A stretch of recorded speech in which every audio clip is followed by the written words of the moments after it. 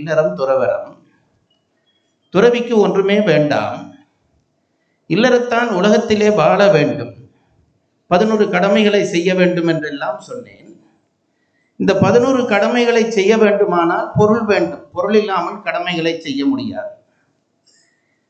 ஆகவே இந்த பொருள் அறத்தினுடைய ஒரு கூறாகிறது. நாம் மறந்து போகக்கூடாது, அறத்தினுடைய ஒரு கூறாகிறது. அதுபோலவே இந்த இல்லறத்தை இனிமையாக நடத்த வேண்டும் என்றால், சோர்வில்லாமல் நடத்த வேண்டும் என்றால் காமம் என்கின்ற ஒன்று தேவை. அதுதான் இறைவனை அதை அமைத்திருக்கிறார். ஆகவே காமம் கூட இல்லறத்தை நடத்துவதற்கு தேவையான ஒரு கூறுதான். ஆகவே இந்த பொருளும் காமமும் இல்லறத்தினுடைய கூறுகளாக அமைகிறபடியால் பொருளையும் காமத்தையும் வைத்து இந்த நூலுக்கு பெயரிடக்கூடாது என்றுதான் நம்முடைய பெரியவர்கள் திருக்குறளை அறநூல் என்று இன்றைக்கு வரைக்கும் சொல்லி வருகிறார்கள். அதை நாம் புரிந்து கொள்ள வேண்டும். இந்த அறத்துப்பாலிலே நான் சொன்னது போல 4 இயல்கள். முதல் பாயிரவியல் முன்னுரை என்று சொன்னேன். 2ஆம் நாளிலே இல்லறம் பற்றி மேலோட்டமாக சொன்னேன். இல்லறவியல் என்பது அறத்தினுடைய முதல் கூறு. தமிழர்களுக்கு ஒரு மரபு இருக்கிறது, வரிசை பேணுகிற மரபு என்று அந்த மரபுக்கு பெயர். ஏதாவது ஒன்றை சொல்வதானால் முதலிலே சொல்லப்படுவது முக்கியமானதாக இருக்க வேண்டும். எங்கள் யாழ்ப்பாணத்திலே எல்லாம் ஒரு வழக்கம் இருந்தது அந்த காலத்திலே, இப்ப அங்கேயும் போய்விட்டது. கல்யாண வீடுகளுக்கு பெரியவர்கள் வருகிற பொழுது உணவருந்த அழைப்பார்கள். இந்த கல்யாண வீட்டுக்காரர்கள் உணவருந்த அழைப்பார்கள். அதுக்கு என்ன செய்வார்கள் என்றால், ஒரு செம்பிலே தண்ணீர் எடுத்து அந்த செம்பையும் தண்ணியையும் யாருக்கு முதல் கொடுப்பது என்பது ஒரு பெரிய மரபு. வந்திருக்கிறவர்களிலே பெரியவர், படித்தவர், அறிவாளி, ஊர் போற்றுகிற ஒருவரை பார்த்து அவர் கையிலே தான் முதல் செம்பை கொடுப்பார்கள். இதுதான் மரபு. அப்படி கொடுக்காவிட்டால் அதிலேயே பெரிய சண்டை கிளம்பிவிடும். தக்கவருக்கு கொடுக்கவில்லை என்று பல பேர் எழும்பி போய்விடுவார்கள். இப்படி ஒரு காலம் இருந்தது. அப்போ வரிசைப்படுத்துகிற பொழுது எப்பொழுதும் உயர்ந்ததை முன்வைத்து தாழ்ந்ததை பின்வைத்து அடுத்தடுத்த நிலையிலே இருக்கக்கூடியவற்றை பின்வைப்பதுதான் முறைமை. இப்ப திருவள்ளுவர் இந்த அறத்துப்பாலிலே இல்லறத்தையும் துறவரத்தையும் வைக்கிற பொழுது இல்லறத்தை முன்வைக்கிறார், துறவரத்தை பின்வைக்கிறார். அப்ப என்ன ஆக போகிறது? துறவரத்தை விட இல்லறம் பெரியது என்று ஆகிவிடப் போகிறது. இன்றைக்கு பல பேர் அப்படி சொல்கிறார்கள். ஆனால் அது உண்மை அல்ல. துறவரம் இல்லறத்தை விட நிச்சயமாக பெரியது. உண்மையான துறவரம் என்பது இல்லறத்தை விட உயர்ந்தது. அப்படியானால் திருவள்ளுவர் ஏன் இல்லறத்தை முன்வைத்தார் என்று கேள்வி பிறக்கும். அதற்கு ஒரு காரணம் இருக்கிறது என்றால், இந்த வரிசை மரபிலே இன்னொரு முறை இருக்கிறது. ஒரு விஷயத்தை சொல்லுகிற பொழுது காரணத்தை முன் சொல்லி காரியத்தை பின் சொல்ல வேண்டும். இது ஒரு மரபு. இல்லறம் என்கின்ற காரணத்தினாலே தான் துறவரம் என்கின்ற காரியம் நிகழ்கிறது என்று நேற்று உங்களுக்கு சொன்னேன். இல்லறம் இல்லாவிட்டால் துறவரம் நிகழாது. இல்லறத்திலே உண்டாகிற அன்பு விருத்தியாகி அருளாக மாறினால்தான் துறவரம் நிகழும். ஆகவே இல்லறம் காரணம், துறவரம் காரியம். இந்த காரிய காரண தொடர்பு பற்றித்தான் திருவள்ளுவர் இல்லறத்தை முன்வைத்து துறவரத்தை பின்வைக்கிறார். இந்த முறையை தெரிந்து கொள்ள வேண்டும். இதைவிட இப்பொழுது வேறு சில பேர் கேட்கிறார்கள், திருக்குறளை காமத்துப்பாலில் இருந்து தான் படிக்க வேண்டும் என்கிறார்கள். பெரிய ஆசிரியர்களே சொல்கிறார்கள், காமத்துப்பாலை முதல் படித்து பொருட்பாலை படித்து அதுக்கு பிறகுதான் அறத்துப்பால். ஏன் என்று கேட்டால் அப்பதான் மாணவர்களுக்கு ஒரு சுவை உண்டாகும் என்கிறார்கள். மீண்டும் உங்களிடம் நான் கேட்டுக்கொள்வது, தயவு செய்து இதை வகுப்பறை ஆக்காமல் எனக்கு ஒத்துழையுங்கள். நான் இப்படித்தான் பேசுவேன். நீங்கள் உங்களுடைய ஒத்துழைப்பு தான் என்னை இயல்பு நிலைக்கு கொண்டு வரும். ஒரு சபை தொடங்கி 10 நிமிஷத்துக்குள்ளே பேச்சு நம் கைக்கு வந்தால்தான் பேச்சு. அது கடந்து விட்டால் பிறகு பேச்சு இல்லை. சபை என்னோடு இருக்கிறது என்பதை நான் தெரிந்து கொள்ள வேண்டும். என்னுடைய குருநாதர் பேராசிரியர் ராதாகிருஷ்ணன் அவர்கள் அவரையும் பேச்சாளர் என்று சொல்லி எங்களையும் பேச்சாளர் என்று சொல்வது தவறு. அப்படிப்பட்ட பேச்சாளர். யாழ்ப்பாணத்துக்கு ஒரு முறை அவர் வந்திருந்தார். அவர் மேடையிலே பேசுகிறார், பட்டிமன்றத்துக்கு தீர்ப்பு சொல்லுகிறார். அவரை பார்த்தவர்களுக்கு தெரியும், அவர் குடுமி அவிழ்ந்து போகும் அவர் பேசுகிற பொழுது. அவர் அப்படி ஒரு உணர்ச்சி வசப்பட்ட பேச்சொன்றை பேசிக் கொண்டிருக்கிறார். அது கும்பகர்ணன் பற்றி ஒரு பேச்சு, உணர்ச்சி வசப்பட்டு பேசிக் கொண்டிருக்கிறார். எனக்கு பதட்டமாக இருக்கிறது, இவ்வளவு உணர்ச்சி வயப்பட்டு பேசுகிறாரே, அவரை உடலை பாதித்து விட போகிறது என்று நான் அவரையே பார்த்து கொண்டிருக்கிறேன். அப்போது அவர் போட்டிருந்த அந்த சால்வை, இந்த துண்டு மெல்ல மெல்ல மெல்ல நழுவி நழுவி வருகிறது. அவர் அதை பற்றியே கவனிக்கவில்லை, வேகமாக பேசிக் கொண்டிருக்கிறார். அந்த துண்டு அவர் தோளிலே இருந்து அப்படி விழப்போன நேரத்திலே அதை அப்படி பிடித்தார். பிடித்து அந்த துண்டை அப்படி சுழட்டி எறிந்தார். நான் திகைத்து போனேன், இதென்ன இவ்வளவு உணர்ச்சி வயப்பாடு படுகிறார் சொல்ல அவன் துண்டை ஒரு தூக்கி எறிஞ்சு விட்டு பேசுகிறார். வீட்டுக்கு வந்த பிறகு நான் அவரை வணங்கி, ஐயா, இவ்வளவு உணர்ச்சி வயப்பாடு தேவைதானா, உடலை பாதிக்காதா என்று கேட்டேன். என்னடா அந்த துண்டை போட்டதை சொல்றியாடான்னு கேட்டார். நான் ஆமா ஐயா என்று சொன்னேன். அதுக்கு அவர் சொன்னார், நான் ஒன்றும் உணர்ச்சி வசப்படலடா, இந்த துண்டை தூக்கி எரிஞ்சு பார்த்தேன், சபை துண்டோட போகுதா என்னோட நிற்குதான்னு பார்த்தேன், அது என்னோட தான் நின்றது, அதுதான் துணிஞ்சு பேசினேன் என்றார். இது உண்மை. பேச்சாளன் மேடைக்கு வருகிற பொழுது வெறுமையாகத்தான் வருவான், நல்ல பேச்சாளன். சபைதான் அவனுக்கு விஷயத்தை உண்டாக்கி கொடுக்கும், கற்பனையை உண்டாக்கி கொடுக்கும். அந்த அடிப்படையிலே தான் சில உங்களுடைய ஊக்கத்தை இறந்து வேண்டிக் கொள்கிறேன். நான் சொல்ல வந்த விஷயம் இதுதான். காமத்துப்பாலை முதல் படிக்க வேண்டும் என்றால் அதுதான் சுவையாக இருக்கும் என்று சில ஆசிரியர்களே சொல்கிறார். பரிமேலழகர் தெளிவாக சொல்லுகிறார், முதல் அறத்துப்பால் தான், அதற்கு பிறகு பொருட்பால் தான், அதற்கு பிறகு காமத்துப்பால் தான். இது என்ன இந்த வரிசை என்று கேட்டவுடனே அவர் சொல்லுகிறார், அறம் இம்மை மறுமை வீடு என்கின்ற 3 லாபத்தையும் உண்டாக்கி கொடுக்கும். பொருள் இம்மையையும் மறுமையையும் மட்டும் தரும், காமம் இம்மையை மட்டும்தான் தரும். ஆகவே 3ஐ தருகிற அறத்துக்கு முதலிடம், 2ஐ தருகிற பொருளுக்கு 2வது இடம், 1ஐ மட்டும் தருகிற காமத்துக்கு 3வது இடம் என்று வரிசைப்படுத்தியதை பரிமேலழகர் எடுத்துக்கிறார். இந்த அடிப்படையிலே அறத்துப்பாலுக்குள்ளே நுழைகிற பொழுது பாயிரம் சொல்லிவிட்டேன், இல்லறம் சொல்லிவிட்டேன், துறவரம் சொல்லிவிட்டேன், மேலோட்டமாக சொல்லியிருக்கிறேன். கடலிலே ஒரு துளி அனுபவித்திருக்கிறோம், அவ்வளவுதான். இன்றைக்கு நாம் சொல்ல போவது ஊழ். 4 இயலாக படித்தார் என்று சொன்னேனே, ஒரு இயலுக்கு ஒரு அதிகாரம் மட்டும்தான். திருக்குறளில் ஒரு பெரிய அதிசயம். வழக்கமான இயல்களுக்கு 5 அதிகாரம், 10 அதிகாரம், 20 அதிகாரம், 30 அதிகாரம் என்று அடுக்கி கொண்டு போகிற திருவள்ளுவர் ஊழியல் என்று ஒரு இயலை போட்டுவிட்டு ஒரே ஒரு அதிகாரம் 10 குறளை தனியே வைக்கிறார். நான் கூட என்னுடைய ஆசிரியர் கேட்டிருக்கிறேன், இதுக்காக ஒரு இடம் ஒதுக்குவான், ஏதாவது ஒன்றுக்கு அறத்துக்குள்ளே சேர்த்திருக்க முடியாதா, அல்லது துறவரத்துக்குள்ளே சேர்த்திருக்கும், இந்த ஊழையில் சேர்த்து சொல்ல வேண்டியதுதானே, ஏன் இதற்கு தனி ஒரு அதிகாரம் அமைக்கிறார் என்று கேட்டேன். அதை புரிந்து கொண்டாலே ஊழினுடைய பெருமை தெரியும்.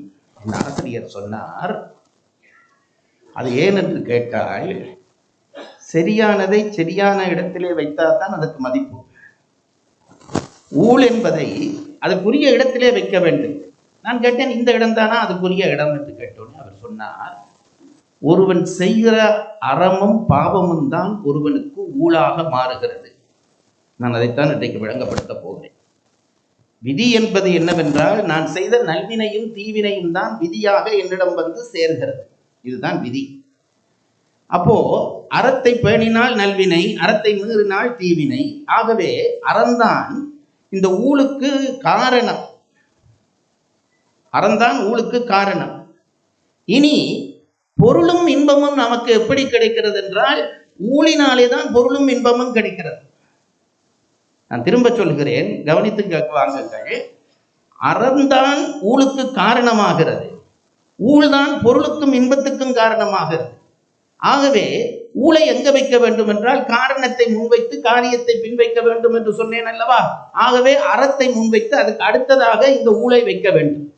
ஒன்று. இரண்டாவது, இந்த ஊழ்தான் பொருளுக்கும் இன்பத்துக்கும் காரணம். ஆகவே பொருள் இன்பத்துக்கு முன்னாலே ஊழை வைக்க வேண்டும். அந்த இடத்தை தேர்ந்தெடுக்கிறார் பாருங்க திருவள்ளுவர். இதுக்காக இவருக்கு ஒரு 10 டாக்டர் பட்டம் கொடுக்கிறார்.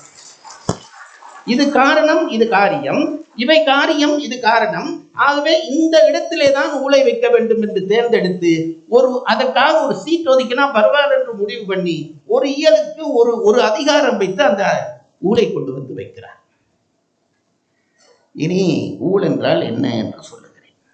நம்முடைய நம்முடைய நம்முடைய மதத்தவர்கள், நம்முடைய மொழியினர் கண்டுபிடித்த என்று சொல்லக்கூடாது, உணர்ந்து கொண்ட ஒரு உயர்ந்த தத்துவம் தான் இந்த வினை தத்துவம், வினைக்கொள்கை. வினைக்கொள்கை என்றால் என்ன என்று கேட்டால் வேறொன்றும் இல்லை, நீங்கள் செய்கிற நன்மையும் தீமையும் உங்களையே வந்து சேரும், இவ்வளவுதான் வினைக்கொள்கை. அது எப்படி வந்து சேரும் என்றால், எந்த அளவு வலிமையாக நீங்கள் அந்த வினையை செய்தீர்களோ அதே அளவு வலிமையாக அந்த வினை வந்து உங்களை சேரும். ஒருவர் தப்ப முடியாது. பின்னாளிலே விஞ்ஞானத்திலே இந்த கொள்கையை சொன்னார்கள், அதை கொண்டாடுகிறோம். ஒரு தாக்கத்துக்கு எதிரானதும் சமமானதுமான மறுதாக்கம் உண்டு. இதுதான் ஐயா வினைக்கொள்கை.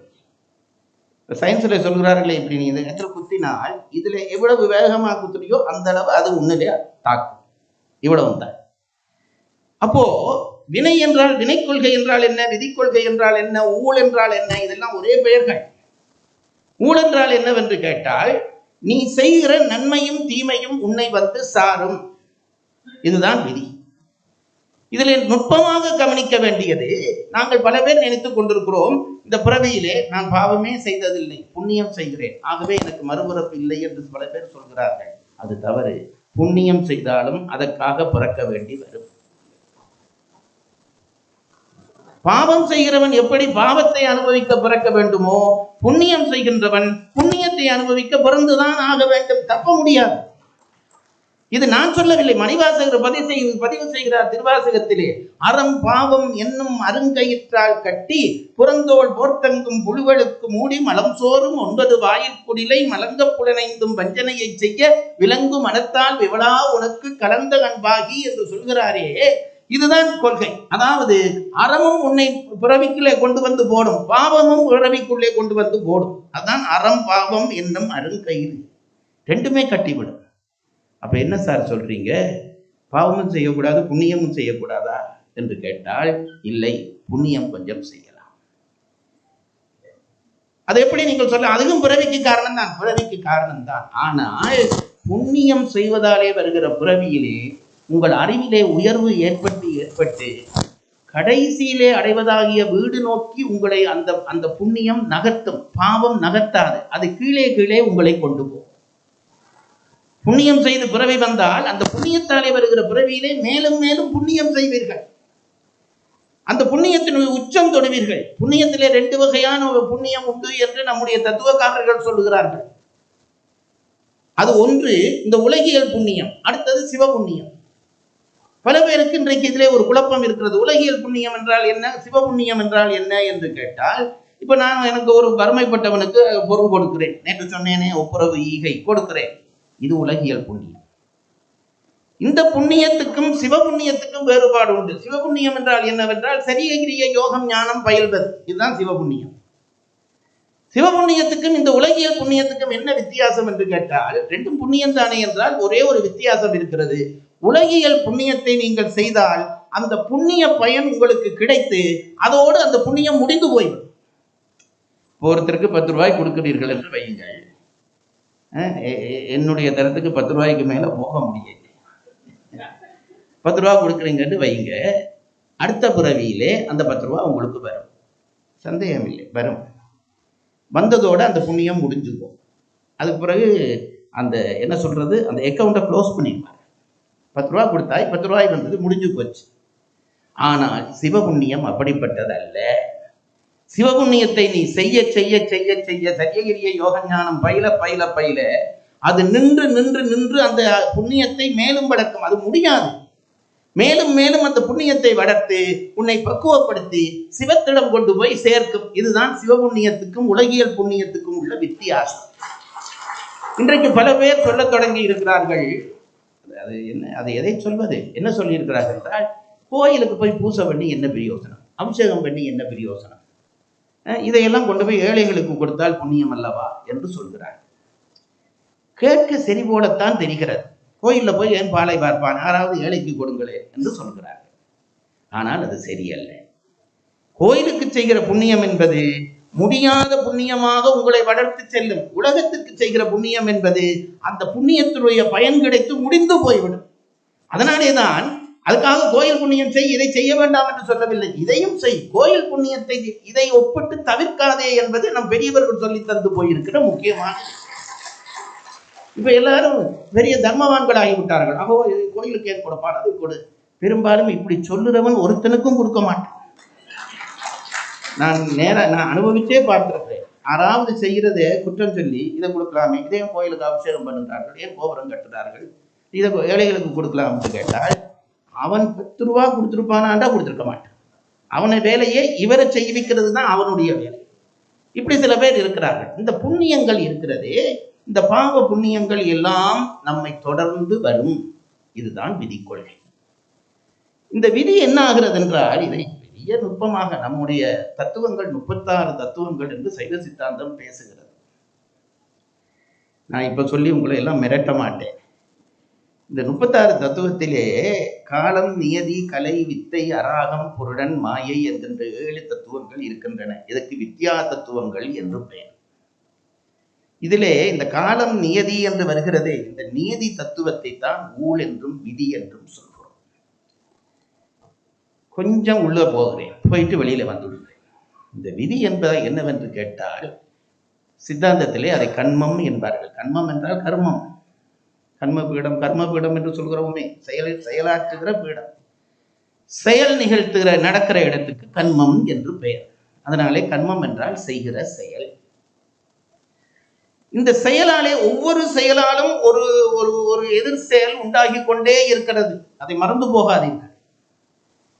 ஒவ்வொரு செயலாலும் நாங்கள் மனதாலே செய்கிறோம் செயல். செயல் என்றால் நீங்கள் நினைக்காதீர்கள் கையாலே காலாலே தூக்குகிறேன் கொடுக்கிறேன், இது மட்டும் செயல் என்று தயவு செய்து நினைத்து விடாதீர்கள். செயல் 3 உறுப்புகளாலே செய்கிறோம். என்ன உறுப்புகள் என்று கேட்டால், ஒன்று உடம்பாலே செய்கிறோம், மனதாலே செய்கிறோம், வாக்காலே செய்கிறோம். 3ம் செயல்தான். அதைத்தான் இந்த 3ம் சுத்தமாக வேண்டும் என்பதற்காகத்தான் நம் பெரியவர்கள் திரிகர்ண சுத்தி என்று சொன்னார்கள். சில பேர் வெளியில ரொம்ப சுத்தமா இருப்பார்கள், அவன் வாயை திறந்தான்டா கெட்ட வார்த்தையா கொட்டும். ஆள் குளிச்சு பிரயோஜனம் இல்லை பாருங்க. வார்த்தை சுத்தமாக இருக்க வேண்டும், அது முக்கியம். அதை விட மனம் முக்கியமாக இருக்க வேண்டும். சில பேர் வார்த்தையை இனிக்க இனிக்க பேசுவான், உள்ளுக்கு நஞ்சா நினைப்பான்.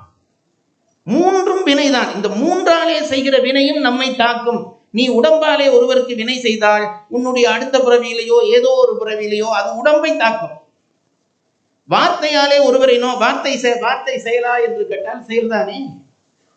ஒரு பிள்ளையை கூப்பிட்டு போ அதை எடுத்து வா என்கிறேன், போய் எடுத்து வருகிறது அல்லவா, அப்ப அது செயல்தானே. வார்த்தையும் செயல்தான். ஆகவே வார்த்தையாலே நீ ஒருவனை சந்தோஷப்படுத்துகிறாயா, அடுத்த பிறவியிலே உனக்கு வார்த்தை சந்தோஷமாக வரும். வார்த்தையாலே ஒருவனை துன்பப்படுத்துகிறாயா, வார்த்தை உன்னை அடுத்த பிறவியிலேயோ ஏதோ ஒரு பிறவியிலே துன்பப்படுத்தும்.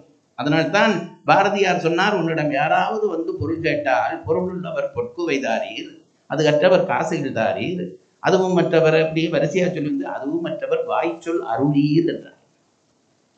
இந்த எல்லாம் தாரீர் தாரீர் வாய்ச்சொல் தாரீர் என்றுதானே சொல்லி இருக்க வேண்டும். பாரதியார் என்ன சொல்கிறார், வாய்ச்சொல் அருளீர் என்கிறார். ஏன் சொல்கிறார் தெரியுமா? அருளோடு கூடிய வார்த்தையை உன்னிடம் பொருள் கேட்கிறவனுக்கு சொல்லியாவது விடு. தம்பி நல்ல வேலை தொடங்கி இருக்கிறாய், என்ன இப்போ ஒன்றும் இல்லையப்பா, இருக்கிற பொழுது தருவேன், உன் காரியம் வெற்றியாகும், இப்படி சொல்லு.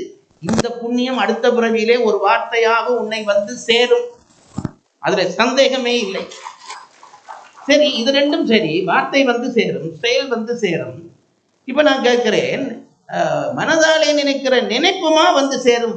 நினைப்பும் வினை, எல்லா வினைக்கும் எதிர்வினை உண்டு என்று சொன்னேன் அல்லவா. இப்போ மனதிலே நினைக்கிறோம் ஒருவனை, அது வெளியிலே தெரியாது, ஒருவனை பற்றி நல்லாகவும் நினைக்கிறோம் கெட்டதாகவும் நினைக்கிறோம். இப்ப இந்த நினைப்பு மனதிலே இருக்கிறதே, இந்த மன நினைப்புக்கும் பயனுண்டா? இதை என் ஆசிரியரிடம், சித்தாந்தத்தை கற்பித்த ஆசிரியரிடம் நான் கேட்டேன், மன நினைப்புக்கும் பயனுண்டா என்று கேட்ட பொழுது அவர்கள் சொன்னார்கள், அந்த பயன் எப்படி விளையும் என்று கேட்டால் மன நினைப்புக்கும் பயனுண்டு என்கிறார்கள். மனதினுடைய நினைப்புக்கும் பயனுண்டு என்று சொல்லி அவர் சொன்னார், நாங்கள் இப்போ வார்த்தை பேசவில்லை, செயல் எதுவும் செய்யவில்லை, ஆனால் மனதிலே நினைத்தோமே, அந்த நினைப்பினுடைய பயன் எப்படி விளையும் என்றால் கனவாக உனக்கு விளையும் என்றார். கனவிலே வருகிறது பாருங்கள் எண்ணங்கள். இப்ப சில நேரத்திலே கனவிலே நாங்கள் தூங்கி கொண்டிருக்கிற பொழுது ஏதோ ஒரு சுரங்கம் கிண்டுகிறோம், தங்கம் தங்கமாக வருகிறது, அள்ளி அள்ளி அள்ளி பல பேர் மெத்தையை பிச்சிருவான். இப்ப இந்த சந்தோஷமான கனவு வந்ததே, போன முறை ஏதோ நல்லதை நீ நினைத்திருக்கிறாய், அதனுடைய விளைவுதான் இந்த சந்தோஷ கனவு. சில நேரத்திலே 5 நாய்கள் ஒன்றா நம்ம துரத்துற மாதிரி இருக்கும், ஓடி ஓடி கலைத்து போவோம். அப்ப என்ன தெரியுமா, போன பிறப்பிலே ஏதோ தீமை நினைத்திருக்கிறாய், அந்த நினைவினுடைய பயன் கனவாக விளையும் என்று என் ஆசிரியர் சொன்னார்.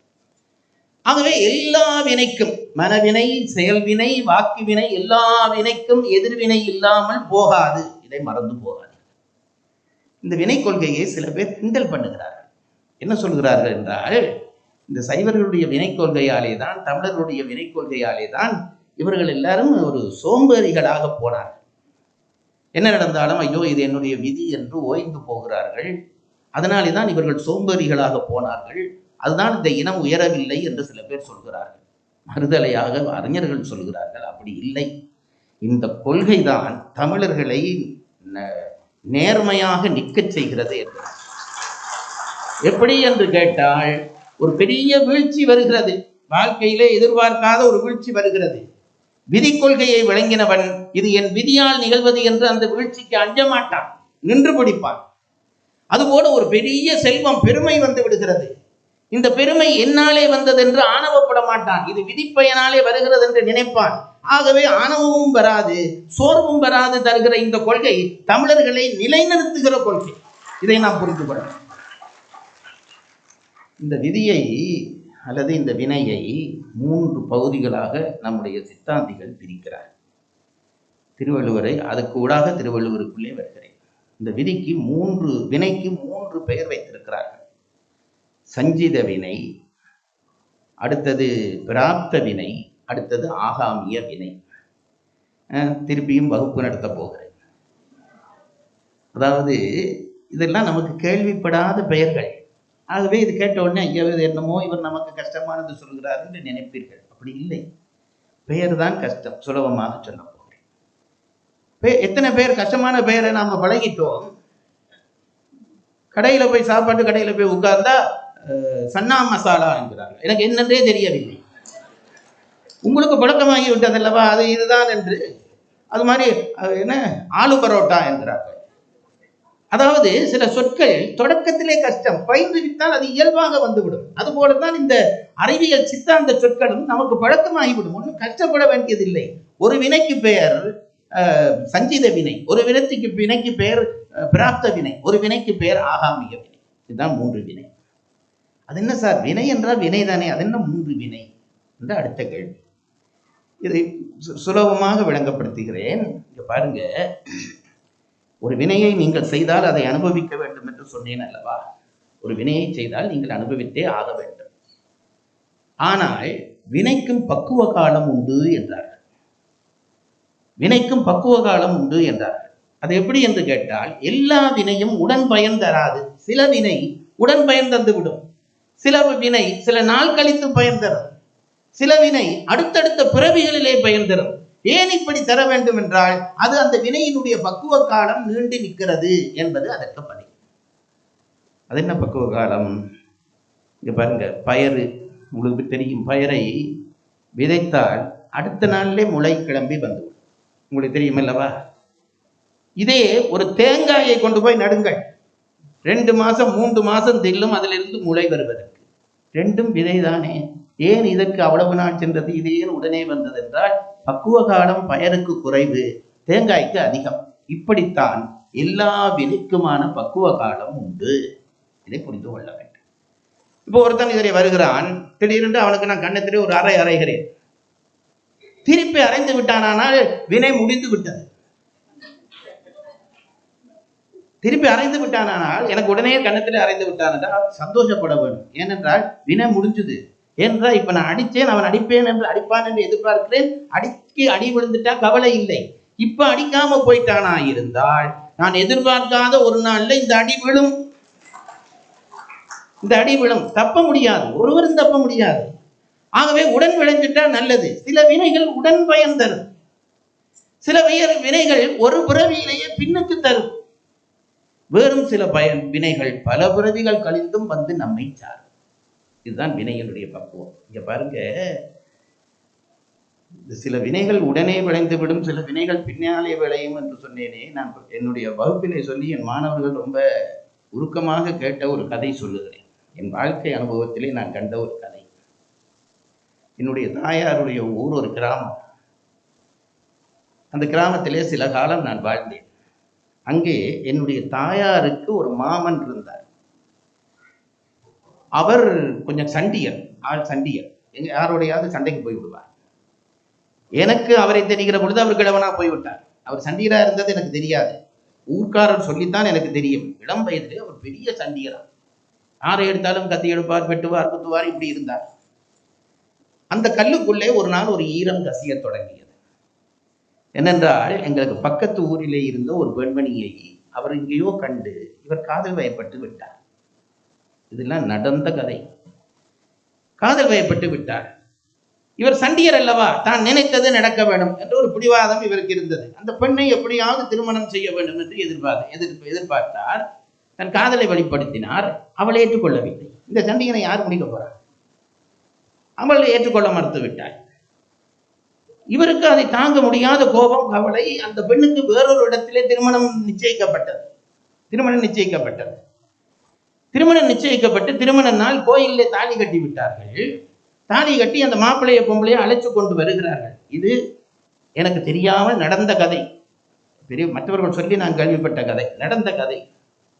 நடந்து வருகிறார்கள் மாப்பிள்ளையும் பட்டு. இந்த மனிதனுக்கு சண்டியன் என்ன பண்ணினார், என்னுடைய தாயினுடைய மாமன் ஒரு நாவல் மரத்துக்கு கிளைக்குள்ளே ஏறி உட்கார்ந்து ஒளிந்திருந்து விட்டு அந்த மாப்பிள்ளையும் பொம்பளையும் அந்த இடத்துக்கு வருகிற பொழுது திடீரென்று குதித்து கத்தியாலே ஒரே குத்து.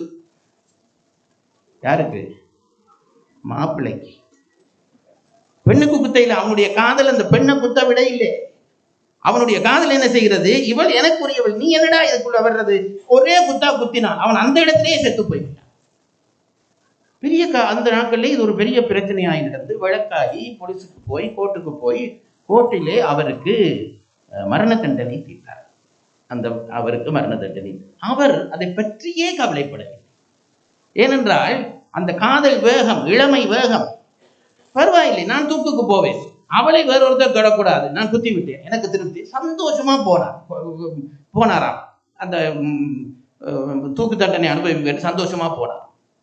ஜெயிலே தூக்கு தண்டனைக்காக அந்த காலம் தாழ்த்தப்பட்டு கொண்டிருந்தது. அந்த காலத்திலே என்ன நடந்தது என்றால், இவருக்கு அந்த நாட்களிலே பெரியம்மை என்று ஒரு நோய் வந்தது. இப்ப கொலராவை விட மோசமான நோய். அந்த நோய் வந்தால் பெரும்பாலும் ஒருத்தரும் தப்ப மாட்டார்களாம். நான் சொல்ல கேள்வியிலே சொல்லுகிறேன். இவருக்கு அந்த பெரியம்மை நோய் வந்து விட்டது. ஜெயிலில் இருந்தால் இவராலே மற்றவர்களுக்கும் இந்த நோய் பரவிவிடும் என்ற காரணத்தினாலே கோர்ட்ல ஏதோ கொண்டு வந்து ஒரு தீர்மானம் பண்ணி இவரை வீட்டுக்கு, என நிச்சயமா சாவார் என்ற வருத்தம், ஆகவே அழைத்து கொண்டு போங்கள் என்று சொல்லிவிட்டார். ஆனால் அவரை அழைத்து கொண்டு போக உறவினர்கள் கூட ஒருவரும் தயாராக இல்லை, இந்த நோய்க்கு பயந்து. அந்த கூட பிறந்த சகோதரங்கள் எல்லாருமாக சேர்ந்து ஒரு வெளியிலே இருந்த ஒரு பாழடைந்த வீட்டுக்குள்ளே ஒரு கட்டிலை போட்டு இவரை கொண்டு போய் அங்கே கடத்தி விட்டார்கள். இந்த கடவுள் பண்ணுகிற அதிசயத்தை பாருங்கள். அந்த மனிதன் சில நாள் அதில் இருந்து தப்பி விட்டார். நோய் மாறிவிட்டது, தப்பி விட்டார். ஜெயிலால வெளியில வந்து விட்டார். ஆகவே திருப்பி கூப்பிட்டு தூக்குல போட முடியாது, தப்பி விட்டார். பிறகு கொஞ்சம் ஒழுங்காக ஆகிவிட்டார். வேலை செய்தார், வயல் செய்தார், பயன் பெற்றார். இப்ப இளைஞனாக அவருக்கு ஒரு திருமணம் பண்ணி வைத்தார். இப்பவும் எனக்கு தெரியாது, இந்த கதையில நான் என்ன உள்ள வரையிலே. திருமணம் பண்ணி வைத்து விட்டார்கள். அவருக்கு ஒரு ஆம்பளை பிள்ளை, ஆண் பிள்ளை, ஒரே ஆண் பிள்ளை பிறந்தான். இப்ப நான் வந்துட்டேன் கதைக்குள்ளே. அவனுக்கும் எனக்கும் ஒரு வயசு, அந்த பையனுக்கும் எனக்கும் ஒரே வயசு. எங்க ஊர்ல சொல்லி ஆச்சரியப்படுவார்கள். அந்த பிள்ளை குழந்தையாக இருக்கிற பொழுது இந்த அன்பின் காரணமாக இவர் என்ன செய்வாராம், ஒரு கூடையிலே தூக்கி அந்த பிள்ளையை வைத்து தலையிலே வைத்துக் கொண்டுதான் எல்லா இடமும் போய் திரிவாராம். அவ்வளவு அன்பு அந்த பிள்ளையிலே. இப்ப இந்த பிள்ளை வளர்ந்து விட்டான். எங்க ஊர்ல சண்டைகள் ஆரம்பித்து விட்டது. இப்ப இந்த பிள்ளை எல்லாரும் எங்க ஊர்ல வெளிநாடு போக தொடங்கினார்கள். இந்த பிள்ளை பிடிவாதம் பிடிச்சான், என்னையும் வெளிநாட்டுக்கு அனுப்பு என்றான். தந்தைக்கோ என்னமோ உள்ளூர ஒரு பயம், என்ன என்று தெரியாது, உள்ளூர ஒரு பயம். வேணாம் விடா, நீ இங்கே இது போக வேண்டாம் தடுத்தார். அவன் சொன்னான், நீ அனுப்பாட்டி நான் தற்கொலை செய்து சாவேன். இப்ப ஒன்றும் பண்ண முடியவில்லை. சரி அனுப்புகிறேன் என்று சொல்லி மனைவியினுடைய தாலி கொடி, வீடு வாசல் எல்லாம் விற்று அவனை வெளிநாடு அனுப்புவதற்கு ஒழுங்கு செய்தார்கள். பயந்து ஒழுங்கு செய்கிறார் அந்த தகப்பன். அப்போ அந்த காலத்திலே கொழும்புக்கு வந்து பிளேன் ஏற்ற வேண்டும். அந்த குடும்பத்தவர்கள் எல்லாருமாக வந்து அவனை சந்தோஷமாக பிளேனில் ஏற்றி அனுப்பிவிட்டார்கள். அங்கே அனுப்பிவிட்டு யாழ்ப்பாணத்துக்கு வர ஒரு 8 மணி நேரம் ஆகும். ட்ரெயினிலே இவர்கள் வந்து இங்கே இறங்குகிறார்கள். செய்தி வந்திருக்கிறது, உங்கள் பிள்ளை பிளேனிலேயே இறந்து போனான். பிளேனில் என்ன நடந்தது என்றால், அவன் போகிற பொழுதே சாடையாக வயிறு வலிக்கிறது என்று சொன்னான். இவர்கள் அதை கவனிக்கவில்லை. ஏதோ உணவு புறந்த அது அவனுடைய அப்பெண்டிசைட் அது வீங்கி பிளேனில் போகிற பொழுதே அது வெடிச்சு போச்சு. பிளேன்லேயே சடலமாக போய்விட்டான். அந்த அந்த அந்த மரண வீட்டுக்கு நான் போயிருந்தேன். எல்லாரும் அந்த தாய் சகோதரங்கள் எல்லாம் கதறி அழுகிறார்கள். நான் சொன்ன இந்த மனிதர் இருக்கிறாரே, அப்படியே கல்லு போல உட்கார்ந்திருந்ததை நான் பார்த்தேன். அப்பதான் கடவுளை நினைத்தேன், அந்த கத்தியால அவர் குத்தின அன்று திருப்பி யாராவது குத்தி இருந்தால் கூட இவர் கவலைப்பட்டிருக்க மாட்டார். ஒரு உயிரினுடைய பெருமதி அவருக்கு தெரியாமல் போயிருக்கும். கடவுளுக்கு இவருக்கு தண்டனை கொடுப்பதில்லை. ஒரு உயிரை பறித்தாய் அல்லவா, ஒரு உயிரினுடைய பெருமதி என்ன என்று தெரிந்து கொள் என்பதற்காக அந்த பிள்ளையை பறித்து அவரை துடிக்க வைத்த காட்சியை கண்ட பொழுதுதான் நான் நினைத்தேன், விதி என்று ஒன்று இருக்கத்தான் செய்கிறது. அந்த விதியை 3 கூறுகளாக பிரிக்கிறார்கள். அந்த கூறுகளிலே முதல் கூறு சஞ்சித வினை. சஞ்சித வினை என்றால் என்னவென்றால், சுருக்கமாக சொல்லிவிடுது. சஞ்சித வினை என்றால் என்னவென்றால், நீங்கள் பல பிறவிகளிலே வினைகள் செய்து கொண்டு வருகிறீர்கள். சில வினைகளுடைய பயனை அனுபவித்து விட்டீர்கள். சில வினையினுடைய பயன்கள் அனுபவிக்கப்படாமல் எஞ்சி இருக்கிறது. அப்படி எஞ்சி இருக்கிற வினைகளினுடைய தொகைக்கு பெயர் சஞ்சித வினை என்று பெயர். பல பிறவிகளிலே நீங்கள் செய்து அனுபவிக்காமல் மிச்சமாக இருக்கிற வினைகள், அந்த வினைகளுக்கு சஞ்சித வினை என்று பெயர். அதுதான் மொத்த வினை. ஒரு பிறவி நீங்கள் எடுக்கிற பொழுது ஆண்டவன் என்ன செய்வான், அந்த வினை கூட்டத்துக்குள்ளே பக்குவப்பட்ட சில வினைகளை எடுத்து, இந்த பிறவியிலே இதை இவ்வளவு காலத்துக்குள்ளே நீ அனுபவித்து விட்டு வா என்று காலமும் நியதியும் அமைத்து அனுப்புகிறான். மறந்து போகாதீர்கள். எல்லாம் என்னுடைய இந்த பிறவியிலே நடக்கிற ஒவ்வொரு செயலும் என்னுடைய வினை அனுபவம் தான். இந்த பிறவிக்கு வருகிற பொழுதே கடவுள் தீர்மானித்து அனுப்பி விடுகிறான். இதுதான் உனக்கு வேலை. இந்த பிறவியிலே இவ்வளவு நாள் நீ இவ்வளவு வேலை, இவ்வளவு இன்பத்தை அனுபவிக்க வேண்டும், இவ்வளவு துன்பத்தை அனுபவிக்க வேண்டும். இதுல இருந்து தப்ப முடியாது. இந்த இன்பத்தையும் துன்பத்தையும் அனுபவிப்பதற்கு காலம் நியதிக்கிறான். அதுதான் நம்முடைய ஆயுள் காலம். அந்த காலம் முடிகிற பொழுது எவனாக இருந்தாலும் போகத்தான் வேண்டும். ஒருவர் தப்ப முடியாது. சில பேர் இப்ப பார்த்தா கடற்கரையில பார்த்தா வேகமாக நடக்கிறார்கள். என்னென்றால், நான் இன்னொரு 10 வருஷம் கூட இருக்க போகிறேன். சில பேர் டயட், நான் எண்ணெயே சாப்பிட்றது இல்லை என்றான். நீ சாப்பிட்டால் என்ன, சாப்பிடாவிட்டால் என்ன, போற திகதியிலே போய்த்தான் தீருவான். ஏனென்றால் இதை நியமித்தவன் மேலே இருக்கிற ஒருவன். நான் பொய் சொல்லவில்லை. அதற்காக உங்களுடைய ஊக்கத்தை சிதைக்கிறேன் என்று நினைக்காதீர்கள். முயற்சி பண்ணுங்கள், அதுக்கு என்ன நல்லது தானே. அப்படி இல்லாமல் எங்கே எது நம்மை தாக்கும் என்று ஒன்றும் தெரியாது. சில காலத்துக்கு முன்பு யூடியூப் பார்த்து கொண்டிருந்த பொழுது எனக்கு வியப்பு பாருங்கள். ஒரு காதலனும் காதலியும், ஒரு வெளிநாட்டிலே ஒரு காதலனும் காதலியும் கைப்பிடித்து கையை கோர்த்து கொண்டு இனிமையாக பேசிப்படி நடக்கிறார்கள். அது இப்படி ஒரு வீதி, அதுக்கு பிறகு இப்படி ஒரு வீதி, அதுக்கு பிறகு நடக்கிற கொரடம், அதுல நடக்கிறார்கள். அப்படி நடந்து போய் கொண்டிருக்கிறார்கள். இந்த வீதிக்கு அப்பால், அதெல்லாம் ஒவ்வொன்றும் 6 பாதை வீதி. இதுக்கு அடுத்ததாக இருக்கிற அந்த வீதியிலே ஒரு பெரிய ட்ரக் வருகிறது. பெரிய வாகனம், இந்த பாரமேத்திர வாகனம். என்னமோ நடந்து அந்த வாகனத்தினுடைய சில் உடைந்து விட்டது.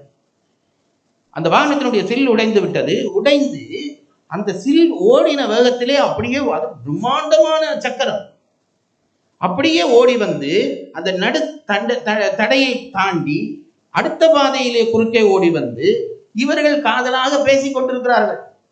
அப்பதான் அவன் என்ன பேசுறானோ யாருக்கு தெரியும். அன்பே உன்னை கைவிட மாட்டேன் என்று சொல்லி இருப்பான்.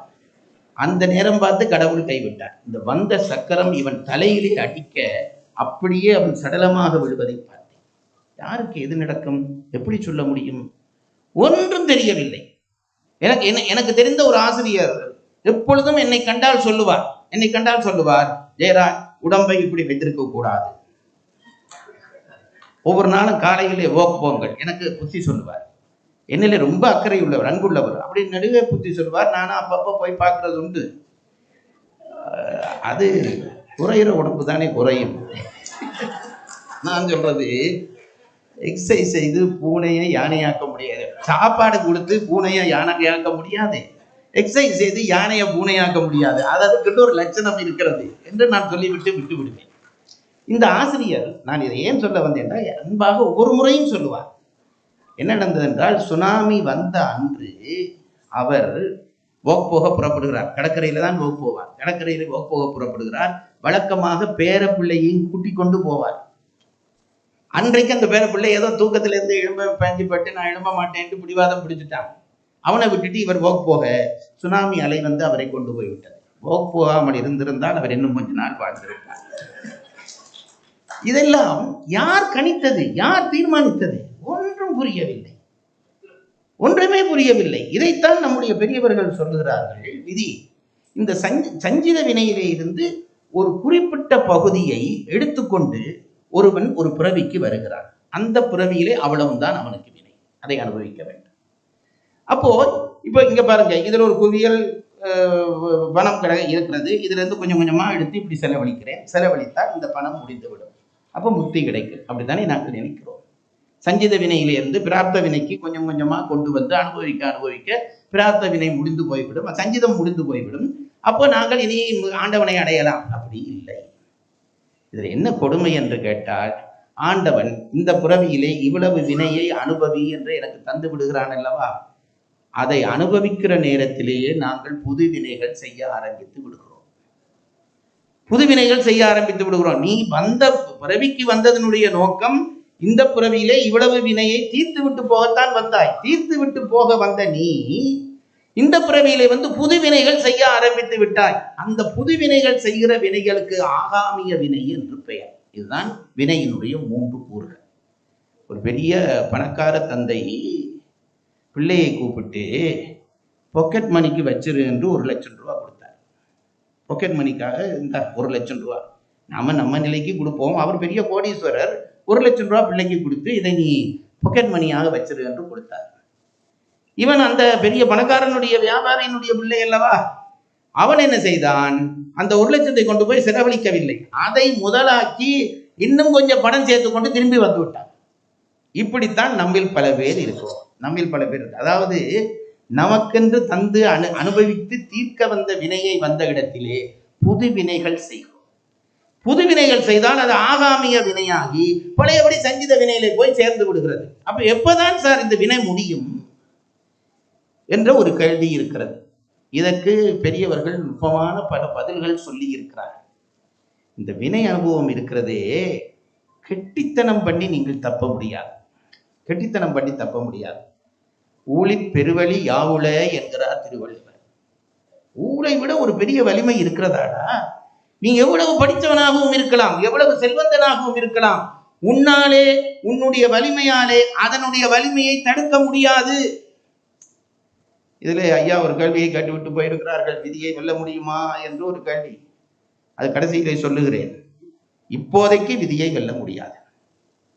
இப்போ இந்த விதியை வெல்ல முடியாது என்று நான் சொன்னேனே, அதுக்கு பாரதத்திலே ஒரு உபகதையிலே ஒரு கதை சொல்லுவார். ஜனமேஜயன் என்று ஒரு மகாராஜா, அவன் அர்ஜுனனுக்கு பேரன், அப்படித்தான் சொல்கிறார்.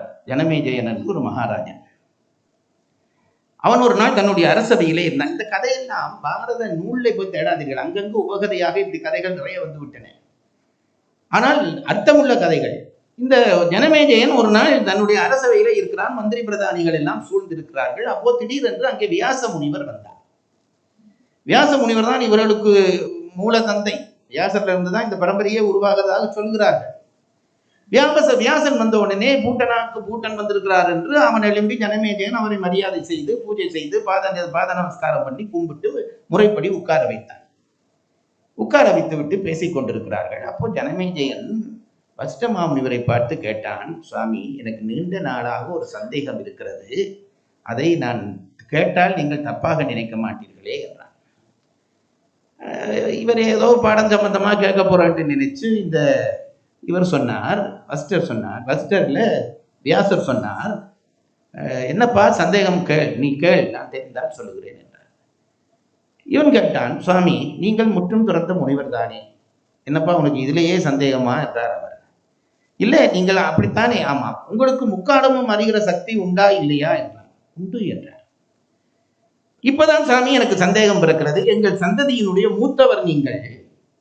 இந்த மகாபாரத யுத்தம் பெரிய யுத்தம், அதனால்தான் மகாபாரதம் என்று பெயர் வைத்தார்கள். இந்த பெரிய யுத்தம் நிகழ்ந்து எங்கள் சந்ததியே அழிந்து போய்விட்டதே. துரியோதனர் அழித்தார்கள், பாண்டவர்களும் உருப்படவில்லை, எல்லாரும் அழிந்து போனார்களே. நீங்கள் நினைத்திருந்தால் இந்த யுத்தம் வராமல் தடுத்திருக்க முடியாதா என்று கேட்டான். நீங்கள் நினைத்திருந்தால் என்றால் நீங்கள் முக்காலமும் உணர்ந்தவர்கள் என்று ஒத்துக்கொள்கிறீர்கள். ஆகவே நீங்கள் சொல்லி இருக்கலாமே, சண்டை வரப்போகிறது என்று சொல்லி இருக்கலாமே, ஏன் நீங்கள் இந்த சண்டையை தடுக்கவில்லை என்று கேட்டான். வியாசர் சிரித்தார். சிரித்து விட்டு சொன்னார், அப்பா, நான் நினைத்தாலும் இந்த சண்டையை தடுத்திருக்க முடியாது. இப்ப இவன் இளைஞன் அல்லவா, இவன் அதை ஒத்துக்கொள்ளவில்லை. இவன் திருப்பி கேட்டான், என்ன சுவாமி சொல்கிறீர்கள்? நீங்கள் நினைத்தால் தடுத்திருக்க முடியாதா? முக்காலும் உணர்ந்தவர் உங்களுக்கு மகாபாரத யுத்தம் வரப்போகிறது என்று தெரியும் தானே? சரி, நீங்கள் போய் சொன்னால் துரியோதனன் தான் கேட்டிருக்க மாட்டான், அவனை விட்டு தள்ளுங்கள். தர்மன் கேட்டிருப்பானே, தர்மனிடம் போய் சொல்லி இருக்கலாமே, அப்பா நீ சண்டையை விட்டு விலகிவிடு என்று சொல்லியிருந்தால் இந்த சண்டை நடந்திருக்காதே. இவர் சொன்னார், நான் சொன்னாலும் தர்மனும் சண்டைக்கு போய்த்தான் இருப்பான். இப்ப இவனுக்கு கோபம் கூடுது. சுவாமி, பதில் சொல்ல வேண்டும் என்று பதில் சொல்லிக் கொண்டிருக்கிறீர்கள். வேண்டாம், அது கூட வேண்டாம். பாரதத்திலே அந்த துரியோதனன் தர்மனை சூது கலைத்த பொழுது, சகுனியை வைத்து சூது கலைத்த பொழுது நீங்கள் போய் சொல்லி இருக்கலாமே, தர்மனுக்கு இந்த சூதினாலே பெரும் ஆபத்து விளைய போகிறதப்பா, சூதாடாதே என்று சொல்லி இருக்கலாமே என்றான். நான் சொன்னாலும் தர்மன் சூதாடி இருப்பான் என்றார் வியாசர். இப்போ இவனுக்கு கடும் கோபம் வந்து விட்டது. இது என்ன ஒரு பெரியவர் இப்படியா பேசுவது? இதெல்லாம் நடந்திருக்காது, உங்களுக்கு தெரியும் என்று சொல்கிறீர்கள், தெரிந்தால் தடுத்திருக்க முடியும், ஏன் தடுக்கவில்லை என்று கேட்டான். வியாசர் சொன்னார், அதுதானப்பா விதி, வகுக்கப்பட்ட விதி நடந்தே தீரும், நான் நினைத்து அதை தடுத்திருக்க முடியாது என்றார். சுவாமி, நான் அதை ஒத்துக்கொள்ள மாட்டேன் என்றான். இவன் என்ன ஒத்துக்கொள்ள? விதி என்ற ஒன்றினாலே எல்லாம் நடக்கும் என்பதை நான் ஒத்துக்கொள்ள மாட்டேன் என்றான் இவன். அப்படியா, சரி. இப்ப வியாசருக்கு கொஞ்சம் கோபம் வந்து விட்டது. வியாசர் பார்த்தார், அவனை பார்த்தார். ஜனமேஜயனே, இப்ப நான் உனக்கு ஒன்று சொல்லுகிறேன். இன்னும் 7வது நாளிலே உனக்கு பிரம்மஹஸ்தி தோஷம் வரப்போகிறது. பிரம்மஹஸ்தி தோஷம் என்றால் என்ன தெரியுமோ? பிராமணனை கொன்ற பாவம். உனக்கு பிரம்மஹஸ்தி தோஷம் வரப்போகிறது. இப்ப நான் சொல்லிவிட்டேன் அல்லவா, முடிந்தால் தடு என்று விட்டு வியாசர் மறைந்து விட்டார். இவன் திகைத்து போனான். சும்மா இருக்க முடியாம கேள்வி கட்டி இப்படியா போச்சு என்று. உடனே எல்லா மந்திரிமார்களை கூப்பிட்டான், அந்தணர்களை கூப்பிட்டான், பெரிய படித்தவர்களை கூப்பிட்டான். முனிவர் இப்படி சொல்லிவிட்டு போய்விட்டார். 2 பிரச்சனை. ஒன்று, எனக்கு அந்த பாவம் பெறக்கூடாது, நான் முனிவரை தோற்கடிக்க வேண்டும். எப்படி இந்த பாவத்தை தடுப்பது என்று எல்லாரையும் கூடி ஆலோசித்தார். அப்ப எல்லாருமா சொன்னார்கள், ஒரு பெரிய யாகத்தை நீ நடத்து. அந்த யாகத்தை நடத்தினால் அந்த யாகத்தினுடைய பலனாக உனக்கு வரக்கூடிய இந்த பாவம் நீங்கும் என்று எல்லாரும் சொன்னார். இவனும் நம்பி விட்டான். பெரிய யாகம், எல்லா வீரர்களையும் கூப்பிட்டான். ஒரு பெரிய சுற்றி வர ஒரு படையை நிற்க வைத்தான்.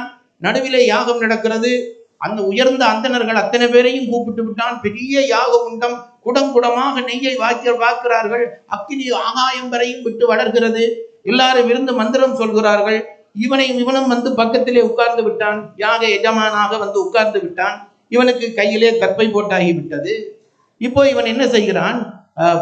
தனக்கு பக்கத்திலே 4 மெய்ப்பாதுகாவலரை வைத்துக் கொண்டான். என்ன சொன்னான்?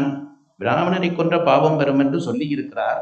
நான் என்னை மறந்து ஏதாவது செய்தாலும் என்னை விடாதீர்கள், பிடித்துக் கொள்ளுங்கள் என்று 4 பேரை பக்கத்திலே இருத்தி விட்டான். யாகம் நடக்கிறது. 1 நாள் முடிந்தது, 2 நாள் முடிந்தது, 6 நாள் முடிந்தது, 7ஆம் நாள் தொடங்கி விட்டது.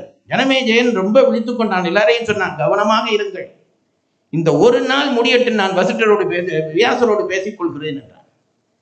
இப்போ என்ன ஆகிறது? அந்த 24 மணித்தியாலத்திலே 23 மணித்தியாலம் முடிந்து விட்டது. இன்னும் 1 மணி நேரம் இருக்கிறது. மந்திரங்கள் ஒலிக்கின்றன. அந்த யாகத்துக்கு தலைவராக இருந்த பிராமணர், மூத்த பிராமணர், மந்திரங்களை வாய் விட்டு சொல்லுகிறார்.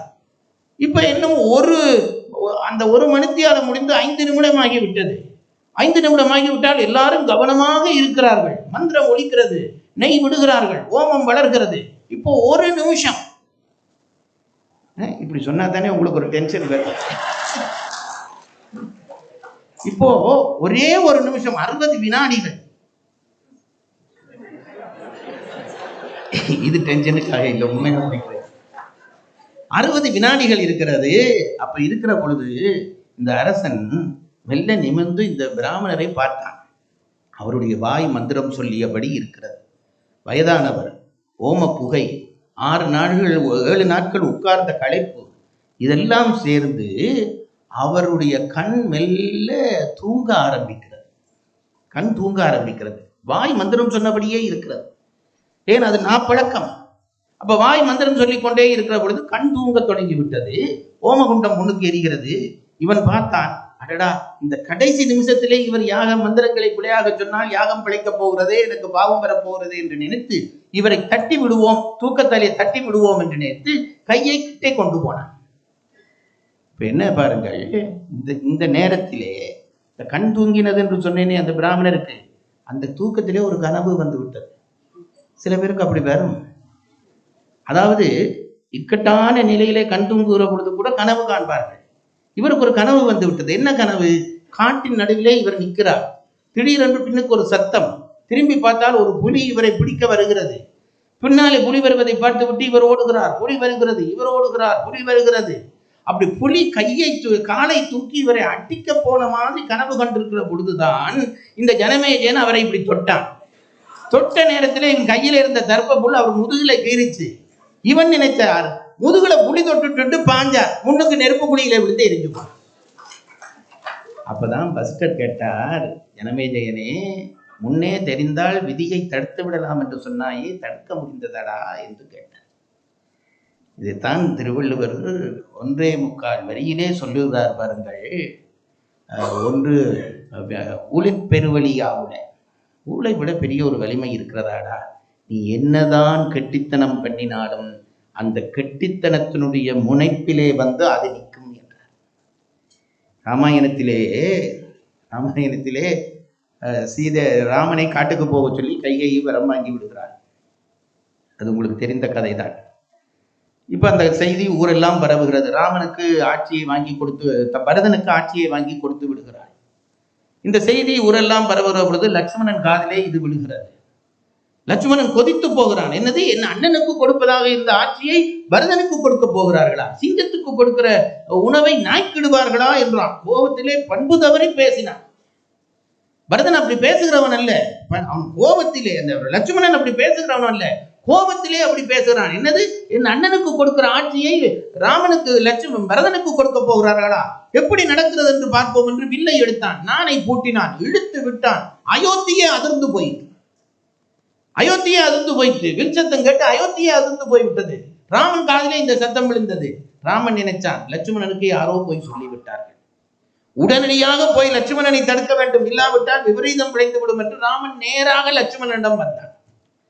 லட்சுமணனிடம் வந்து, அதிலே ராமன் பேசுற அழகு இருக்கிறதே, அது ஒரு முறை ராமாயணத்திலே சொல்லுகிறேன். அதாவது இவர் அடுத்த பேச்சுக்கும் அட்வான்ஸ் கொடுக்குறாரு நீங்க ஏன்னா எதுக்குள்ள போனாலும் அது போகும். நம்ம தமிழ் இலக்கியங்களுடைய பெருமை அதுதான். இப்ப வந்து நின்று சொன்னான். லட்சுமணனை பார்த்து ரொம்ப நுட்பமா பேசினான். உனக்கு கோபமே வராதுடா, எப்படிடா கோபம் இன்றைக்கு வந்ததுடா? கோபம் வந்தவனை அடக்கிறதுக்கு இது ஒரு வழி. உச்ச கோபமா வீட்டுல பிள்ளை சில பேர் துள்ளினா கூப்பிட்டு, ராசா உனக்கு கோபமே வராதுடா, இன்றைக்கு எப்படிடா கோபம் வந்ததுடா? அப்பா இப்படி நம்புறாரே, நான் இனியாவது கோபம் இல்லாம இருப்போம் மட்டும் இருந்துடுவான். இது ஒரு உத்தி. அப்ப ராமன் லட்சுமணனை பார்த்து சொன்னான், கோபமே வராதுடா, உனக்கு எப்படிடா கோபம் வந்தது என்றான். இவன் அப்படித்தான் வரும்ட்டான். இவன் அதுக்கெல்லாம் மயங்குற ஆள் இல்லை. அப்போ ராமன் கடைசியாக சொன்னான், நதியின் பிழை என்று நறும்புணலின்மை. இந்த பைத்தியக்காரா, ஆத்துல தண்ணி வராட்டா யாராவது ஆத்தோட போய் சண்டை பிடிப்பார்களாடா? ஆத்துல தண்ணி வராவிட்டால் அது ஆற்றினுடைய குற்றமா? எங்கேயோ மழை பெய்யவில்லை, ஆத்துல தண்ணி வரவில்லை, ஆறு அதை கொண்டு வருகிற ஒரு விஷயமே தவிர அதுல பிழை இல்லையேடா. ஆத்தோட யாராவது கோபிப்பார்களா? நதியின் பிழை என்று, நதியின் நரம்புடலின்மை அற்றே பதியின் பிழை என்று, பயந்து நம்மை புறந்தால் மதியின் பிழை என்று. அப்பா எங்களுக்கு பிழை செய்வாராடா? அப்பா செய்யவில்லை. இதுவரைக்கும் எங்களை பிள்ளை என்று கூட்டிக் கொண்டிருந்த கையை பிழை செய்வாராடா? அவளும் செய்ய இல்லை. பயந்து நம்மை புறந்தால் மதியின் பிழை என்று, மகன் பிழை என்று. என் பிள்ளைய பரதன் அவனும் இப்படி நினைப்பானாடா? ஒருத்தர் பிழையும் இல்லையடா. இது விதியின் பிழை மைந்த, இதுக்கு என்கொள் வெகுண்டது என்றான். இதுக்கு போய் கோபிக்கிறேடா, இது விதி அமைஞ்சு போச்சு, நான் காட்டுக்கு போகணும், அவன் நாட்டாள வேணும் என்று விதி அமைஞ்சு போச்சு, இது கேட்டா நீ கோபிக்கிறேன்டா. இப்ப ராமனுக்கு லட்சுமணனுக்கு இளம் வயது. இதை சொன்னோன்னே லட்சுமணன் அடங்குவான்னு நினைச்ச ராமன் லட்சுமணனை பார்த்தா லட்சுமணன் சொன்னான், இப்ப என்ன சொல்ற, விதிதான் இந்த வேலையை செய்தது, அப்படித்தான் உன் அபிப்பிராயம், ஒன்றும் கவலைப்படாத அண்ணா, அந்த விதிக்கு நான் ஒரு விதி செய்கிறேன் என்றான். கொழுப்பு தானே பாருங்க, விதிக்கு தான் ஒரு விதிக்கு விதியாகும் என் விட்டொழில் காண்டி என்றான். விதிக்கு நான் ஒரு விதி செய்கிறேன்னா நீ பாருன்றான். இப்ப ராமனுக்கு கோபம் வந்து விட்டது. ராமன் சொன்னான், என்னடா பேசுற, நீ யாரிடம் படித்தவன், வஸ்டரிடம் படித்தவன் இல்லவா, நீ பேசுகிற பேச்சா இது, வாய் தந்தன கூறுதியோ மறை தந்தன நாவாள் என்றான். வேதம் படித்த வாயாலே இப்படி சொல்லலாமாடா நீ என்ற உடனே லட்சுமணன் அப்பவும் இது ஒன்றும் ஒத்துக்கொள்ள இல்லை. அண்ணன் கோபப்பட்டவன அடங்கிட்டான். அவனுக்கு விதியை ஒத்துக்கொள்ள மனம் இல்லை. கம்பர் என்ன பண்ணுகிறார் பாருங்கள், 13 காட்டுக்கு போகிறார்கள், 13 ஆண்டுகள் கழிகிறது, 13 ஆண்டு கடைசியிலே மாயமான் வருகிறது. அந்த சம்பவம் உங்களுக்கு தெரியும். மாயமான் வருகிறது, சீதை அந்த மாயமானை பார்த்து மயங்குகிறாள், எனக்கு அந்த மானை பிடிச்சுதா என்று கேட்கிறாள். ராமன் புறப்படுகிறான். இப்ப பாருங்க, லட்சுமணன் அறிவாளி ஆகிட்டான் அந்த 13 வயது வருட கால அனுபவத்தில். லட்சுமணன் சொன்னான், அண்ணா இந்த மான் ஒரிஜினல் மான் தெரியலடா, இது என்னமோ முத்து மணி எல்லாம் கோத்து கொண்டு வந்திருக்குது, இது ஒரிஜினல் மான் இல்லை, போகாதே என்றான். சீதை சொன்னால் இல்லை எனக்கு அது வேணும் என்றார். அப்ப லட்சுமணன் சொன்னான், அண்ணா அப்படியானா நீ நில், அண்ணியோட நில், நான் போய் பிடிச்சு கொண்டு வருகிறேன். இப்ப ராமன் சீதையை பார்த்தாங்க. பெண்களுக்கு சில நேரத்தில் பிடிவாதம் வந்தா விட்டு கொடுக்க மாட்டார்கள். அப்படி இப்படி இடிச்சார்கள் நாடியிலே. இடிச்சுட்டு சொன்னால், நான் ஊருக்கு போகிற பொழுது இந்த மானை கொண்டு போய் என் தோழிகளுக்கு காட்டலாம் என்று நினைச்சுத்தான் உன்கிட்ட கேட்டேன். இப்ப நீ என்ன பண்ண போகிறாய், இந்த ஊருக்கு போகிற பொழுது தம்பி இந்த மானை பிடிச்சு தந்தால் இந்த மானை கொண்டு போய் அங்கே நான் காட்டுகிற பொழுது தோழியர்கள் கேட்பார்கள், இதை ஆண் பிடிச்சு தந்த மான் என்று கேட்பார்கள். என்னுடைய மைத்துனர் பிடிச்சு தந்த மான் என்று சொல்வதா எனக்கு பெருமை, என் புருஷன் பிடிச்சு தந்த மான் என்றல்லவா நான் சொல்ல வேண்டும் என்று அவள் பிடிவாதம் பிடித்தாள். இப்ப ராமன் சொன்னான், நீ ஒன்றுக்கும் பயப்படாதே லட்சுமணா, நான் போகிறேன், இந்த மாயமானாக இருந்தால் கொள்வேன், அப்படி இல்லாவிட்டால் நான் திருப்பி அந்த மானை கொன்று விட்டு இங்கே வந்து விடுவேன், நீ கவலைப்படாதே, பிடித்து கொண்டு வருவேன் அல்லது கொள்வேன் என்று சொல்லிவிட்டு ராமன் போனால் அங்கே மாயமானில் அம்பு பாய்ந்து விட்டது. மாரீசன் விழுகிற பொழுது குரலை மாற்றி ராமனுடைய குரலை எடுத்துக்கொண்டு ஓலமிடுகிறான். சீதா லட்சுமணா என்று ஓலமிடுகிறான். இது ஓலமிட்ட உடனே சீதை பதறுகிறார். ராமனுடைய குரல் அவல குரல் கேட்கிறது. லட்சுமணா போ போ போ போ என்று அவளை துரத்துகிறார். லட்சுமணனுக்கு தெரிகிறது ஏதோ ஒரு ஆபத்து நிகழப் போகிறது. நான் ஆரம்பத்திலேயே சொன்னேன், அண்ணன் கேட்கவில்லை. இப்பொழுது அண்ணனுடைய அலறல் சத்தம் கேட்கிறது. அண்ணன் அலறி விழுந்து சாகிற ஒருவர் இல்லை, அவரை யாரும் ஒன்றும் செய்ய முடியாது எனக்கு தெரியும். ஆகவே லட்சுமணன் நினைத்தான், இது ஏதோ சூது நடக்கிறது. அண்ணியை பார்த்து சொன்னான், அண்ணி ஒன்றுக்கும் கவலைப்படாதீர்கள், அண்ணனை யாராலும் ஒன்றும் செய்ய முடியாது என்று. இப்போ திரும்ப திரும்ப சொன்னால் சீதை. அப்பொழுது ஒரு காட்டு தீ பக்கத்திலே நெருப்பு பிடிச்சு எரிகிறது. இப்போ இந்த பல பேர் சொல்கிறார்கள், இந்த கோடு விட்டு போனான், அப்படியெல்லாம் ராமாயணத்தில் கோடு எல்லாம் கிடையாது. அன்னைக்கு கோடுகிற மைத்துனனுக்கு என்ன உரிமை, அதெல்லாம் இந்த காலத்துல சரி வரும், அந்த காலத்துல சரி வராது. கோடுகிற கதையே கம்பராமாயணத்துல இல்லை. இவன் சொன்னான், அவள் கேட்கவில்லை. கடைசியாக சொன்னாள் சீதை, லட்சுமணா நீ இப்போ போகாவிட்டால் இந்த காட்டு தீயிலே விழுந்து நான் சாவேன், சம்மதம் என்றால் நீ நில் என்றாள். இப்ப பாருங்க, இவனுக்கு ஒன்றும் பண்ண முடியாத நிலை. போனால் இவள் கஷ்டப்பட போகிறாள், போகாவிட்டால் இவள் சாக போறாள். இவனால தடுக்க முடியவில்லை. இந்த விதி என்றால் என்ன தெரியுமா சொல்றோம் பாருங்க, இன்னது நடக்க போகிறது என்று நம் அறிவுக்கு தெரியும், அதை எப்படி தடுக்கலாம் என்பதும் தெரியும். ஆனால் தடுக்க முடியாமல் நிற்கிறோமே, அங்குதான் விதி நமக்கு காட்டுகிறது. இப்ப லட்சுமணனுக்கு தெரியும் இது பிழை என்று தெரிந்து விட்டது, போகக்கூடாது என்று தெரிகிறது. ஆனால் அண்ணி சொல்லுகிறாள் நெருப்பிலே விடுவேன் என்று, இதுக்கு மேலே நிற்க முடியாது, போனான். அப்படி ஒரு வார்த்தை சொல்லிவிட்டு போனதாக கம்பர் பாடுகிறார். முன்பு என்ன சொன்னான், விதிக்கு விதியாகும் என் வித்தொழில் காண்டி என்று சொல்லிவிட்டு போன லட்சுமணன் இப்பொழுது அண்ணி கட்டாயப்படுத்தின உடனே ஒரு விரக்தி சிரிப்பு சிரித்து விட்டு அண்ணியை பார்த்து சொன்னான், வெஞ்சின விதியை வெல்ல வல்லமோ என்றான். கொடுமையான விதியை யாராலே வெல்ல முடியும் என்று சொல்லிவிட்டு போனான். இதைத்தான் வள்ளுவர் சொல்லுகிறார், ஊழிற் பெருவழி ஆவுல மற்றொன்று சூழினும் தான் முந்துரும். இது ஒரு பெரிய ரகசியம் பாருங்க. இந்த விதி ரகசியத்தை எப்படி தீர்ப்பது? இது அடுத்த கேள்வி. அப்போ இந்த உலகத்திலே உயிர்கள் எல்லாம் பிறந்து பிறந்து பிறந்து வினைக்காக பிறந்து பிராப்தத்தை அனுபவித்து பிறகு ஆகாமியம் செய்து பிறகு சஞ்சிதமாக்கி இப்படியே பிறந்து கொண்டிருக்க வேண்டியது தானா? எப்பதான் நாங்க கடவுளை அடைவது? அதுக்கு பாரதியார் ஒரு உவமை சொன்னார். இப்படித்தான் போகிறதா இருந்தால் என்னாக போகிறது? ஆம மலையேறின மாதிரி எல்லாம் ஆகிவிடும் என்றார் பாரதியார். இந்த உண்மையை தெரிந்து கொண்டு எப்படி இந்த வினையை தீர்ப்பது என்பதற்கு நம் பெரியவர்கள் தத்துவக்காரர்கள் 3 பதில் சொல்கிறார். ஒன்று, இந்த நான் கொண்டு வந்த வினை இருக்கிறதே, பிராப்த வினை என்ற வினை இருக்கிறதே, இதை அனுபவித்துத்தான் தீர்க்க வேண்டும். கொண்டு வந்த வினையை அனுபவித்துத்தான் தீர்க்க வேண்டும். தப்ப நினைக்காதீர்கள். விதியை மீற முடியுமா என்றால் மீற முடியும்.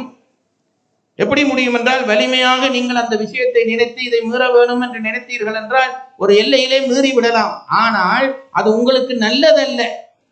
உங்களுக்கு நல்லதல்ல. என்ன நடக்கும் என்று கேட்டால், மீறினால் அடுத்த பிறவிக்கு போகிற பொழுது அடுத்த பிறவி விதியையும் அனுபவித்து இதையும் சேர்த்து அனுபவிக்க வேண்டும். ஒரு ஜெயில் கைதி ஜெயிலுக்குள்ள போய்விட்டான். அவனுக்கு அந்த துன்பத்தை அனுபவிக்க முடியவில்லை. எப்படியாவது தப்பி விடலாம் என்று ஜெயிலில் இருந்து தப்பி வந்து விட்டான். அதுக்கு பிறகு அவனுக்கு என்ன நடக்கும்? அகப்பட்ட பிறகு முந்தின இதையும் அனுபவித்து பிறகு தப்பினதுக்கான தண்டனையும் சேர்த்து அனுபவிக்க வேண்டும். அப்படித்தான் நமக்குரிய இந்த பிராப்த வினையை அனுபவிக்காமல் நாங்கள் தப்ப நினைத்தோம் என்றால் திரும்ப திரும்ப அது நம்மை வந்து தாக்கும். அதை விட அதை அனுபவித்து தொலைத்து விட்டோமானால் பிறகு அது ஒன்றும் இல்லாமல் போய்விடும். பெரிய பெரிய ஞானியர்கள் எல்லாம் அதைத்தானே செய்தார்கள்.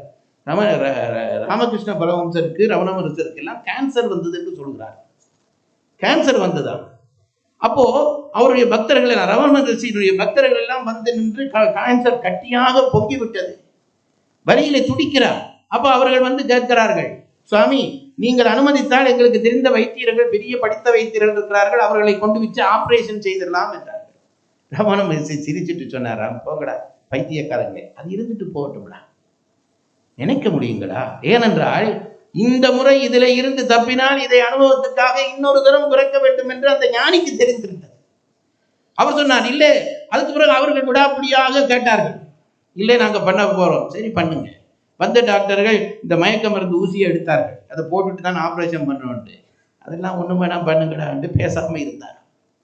இதெல்லாம் ஞானிகள் காட்டிய வழி. அது நமக்கு தெரிய வராது. ஆனால் விதியை வெல்ல வேண்டும் என்று நினைத்தால் திரும்ப திரும்ப அந்த விதி வந்து நம்மை தாக்கும். இதை முதலிலே தெரிந்து கொள்ளுங்கள். அப்போ இந்த பிராப்த வினையை எப்படி தீர்க்கலாம் என்றால் அனுபவித்து தீர்க்கலாம். உனக்கு என்ன பிராப்தமோ பல்லை கடித்து கொண்டு தாங்கு. இங்க பாருங்க, ஊசி போட போகிறோம். சின்ன வயசுலே இந்த அம்மை ஊசி குத்துவார்கள். உங்களுக்கு தெரியுமில்லவா? உங்க காலத்தில் இப்ப அப்படி இல்லை. எங்க காலத்தில் என்னவென்றால், பள்ளிக்கூடத்துக்கே வருவார்கள், ஸ்கூலுக்கே வருவார்கள். வந்து ஒரு விளக்கேற்றி அந்த நெருப்புல ஊசியை சுட வைப்பான். ஊசியே வைத்த கலக்கம். இதை வர நெருப்புல இப்படி இப்படி சுட வைப்பான். சுட வைக்கிறத என்ன செய்வாங்க? எல்லா மாணவர்களையும் வரிசையா நிப்பாட்டி வச்சிருவாங்க. ஒவ்வொருத்தரா குத்து விடும். நான் எப்பவும் சொல்றது பாருங்க, குத்தினுடைய வரி எல்லாருக்கும் ஒன்றுதான். ஆனால் இந்த கடைசியா நிற்கிறவன் இருக்கிறானே, அவனுக்கு முதல் நிற்கிறவனை விட 30 மடங்கு அதிகம். ஏன்? முதல் மடங்கு குத்தினவன் குத்துப்பட்டவன போயிடுவான். இவனுக்கு ஒவ்வொருத்தரா குத்த குத்த ஐயோ குத்த போறான், எனக்கு குத்த போறான்ட்டு நினைச்சு நினைச்சு வருத்த வேணும். அனுபவத்தை, விதியை அனுபவிச்சு முடிச்சு விட்டால் அந்த அளவுல துன்பம் போய்விடும். இல்லை, இன்னும் நாங்கள் அதை தாண்ட போகிறோம் என்றால் இந்த விதி என்னை வந்து சேருமே. எந்த நான் சொன்னேனே, என்னுடைய அந்த உறவினர் கடைசி வரைக்கும் அந்த பிள்ளை இருக்கும் வரைக்கும் ஏதாவது அந்த பிள்ளைக்கு நடந்து விடும் என்ற அச்சம் அவருக்குள்ளே ஓடிக்கொண்டே இருந்தது. ஆகவே பிராப்த வினையை அனுபவித்து முடித்து விட வேண்டும். இது ஒன்று. ஆகாமிய வினை வராமல் என்ன செய்ய வேண்டும்? இந்த பிறவியில வந்து வினை செய்கிற பொழுது புதுவினை வராமல் என்ன செய்ய வேண்டும் என்று கேட்டால், அதற்கு அவர்கள் சொல்லுகிறது பற்றற்று செயல்பட வேண்டும். எந்த காரியத்தை செய்கிற பொழுதும் இந்த காரியத்தை நான் செய்கிறேன் என்று நினைக்காமல் செய்துவிட்டால் ஆகாமிய வினை வராது. இதெல்லாம் ஞான நிலையிலே வருகிற விஷயங்கள். நான் பொதுப்பட சொல்லுகிறேன். அப்போ மலை போல இருக்கிற இந்த சஞ்சித வினையை எப்படி நீக்குவது என்றால் அது நம்மால் முடியாத காரியம். அதனாலே இந்த பிராப்தத்தை நீக்கி ஆகாமியத்தை நீக்கி விட்டான் என்றால் ஆண்டவன் குருவடிவாக வருவான். ஆண்டவன் குருவடிவாக வந்து தன்னுடைய தீட்சையினாலே அந்த சஞ்சித வினையை அறுத்து விடுவான் என்றுதான் நம்முடைய சித்தாந்த நூல்கள் சொல்லுகின்றன. அப்போ இந்த 3 வினையும் தீர்க்க வேண்டும். இப்ப நான் ஒன்று சொல்கிறேன் பாருங்கள். நான் இன்றைக்கு தந்த குறள் என்பது தொகுத்தார்க்கும் துய்த்தல் அரிது என்பதுதான் நான் தந்த தலைப்பு. இந்த முக்கியமான விஷயம் பல பேர் நினைக்கிறார்கள். அந்த நினைப்பை மட்டும் சொல்லிவிடுகிறேன். பல பேர் இன்றைக்கு என்ன நினைத்து கொண்டிருக்கிறார்கள் என்றால், எங்களுடைய முயற்சியிலே தான் நான் எல்லாம் தேடினேன், நான் தேடிவிட்டேன், என்னிடம் பணம் இருக்கிறது, என்னிடம் பொருள் இருக்கிறது என்று பல பேர் நினைக்கிறார்கள். ஆனால் எந்த ஒன்றும் உனக்கு உன் முயற்சியால் வந்ததல்ல, விதியால் வந்தது. இதை புரிந்து கொள். அதை அனுபவித்து சொல்லிவிட்டு சொல்லுகிறார்கள் நம் பெரியவர்கள் என்னவென்றால், நம்மிலே பல பேருக்கு இருக்கிற ஐயப்பாட்டிலே ஒன்று, ஐயோ அவன் பாவம் செய்கிறான், இவன் குற்றம் செய்கிறான், ஆனால் அவனை கடவுள் நன்றாக வைத்திருக்கிறாரே, எங்களை மட்டும் ஏன் தாழப்படுகிறார் என்று பல பேர் என்னிடம் கேட்பார். நான் சொல்வது, அவனை நன்றாக வைத்திருக்கிறார் என்று உனக்கு எப்படி தெரியும்? அவன் ஓடுகிற காரை வைத்தும் அவன் இருக்கிற வீட்டை வைத்தும் அவன் நன்றாக இருக்கிறான் என்று நினைக்கிறாயா? இல்லை. அவன் பெரிய மாடி வீட்டிலே மெத்தைக்கு மேலே மெத்தை போட்டு படுப்பான். அவனுக்கு தூக்கம் என்பது வரவே வராது. வீதியோரத்திலே படுக்கிற பிச்சைக்காரன் நன்றாக தூங்குவான். ஆகவே பொருளை நீ தேடி விடலாம், அனுபவத்தை நீ தேடிவிட முடியாது. அதைத்தான் நம்முடைய திருவள்ளுவர் சொல்லுகிறார், வகுத்தான் வகுத்த வகையல்லால் கோடி தொகுத்தார்க்கும். நீ எவ்வளவுதான் தேடிக்கொள், துய்த்தல் அரிது. அந்த அனுபவம் உனக்கு வராது. எங்க வாரியார் சுவாமி தான் முந்தி சொல்லுவார், நான் கேட்டு ரொம்ப ரசிக்கிறது உண்டு. ஒரு பெரிய பணக்காரன், அவர் ஒரு ஒரு காட்சியே கண்ணுக்கு முன்னாலே கொண்டு வருவார். ஒரு காட்சியே கண்ணுக்கு முன்னாலே கொண்டு வருவார். என்ன? ஒரு பெரிய கோடீஸ்வரர், அவன் வீடு பெரிய அரண்மனை போல வீடு. அந்த பக்கம் ஒரு வாசல், இந்த பக்கம் ஒரு வாசல், இப்படி ஒரு வாசல், இப்படி ஒரு வாசல். இந்த பக்கமா வந்தா ஏறுறதுக்கு ஒரு கார், இந்த பக்கமா வந்தா ஏறுறதுக்கு ஒரு கார், இப்படி ஏறுறதுக்கு ஒரு கார், இப்படி ஏறுறதுக்கு ஒரு கார். நாலுலையும் சல்யூட் அடிக்கிறதுக்கு 4 விதமான ஆட்கள். இது நான் சொல்ற வாரியாரை அப்படியே கொப்பி அடிச்சு சொல்றேன்.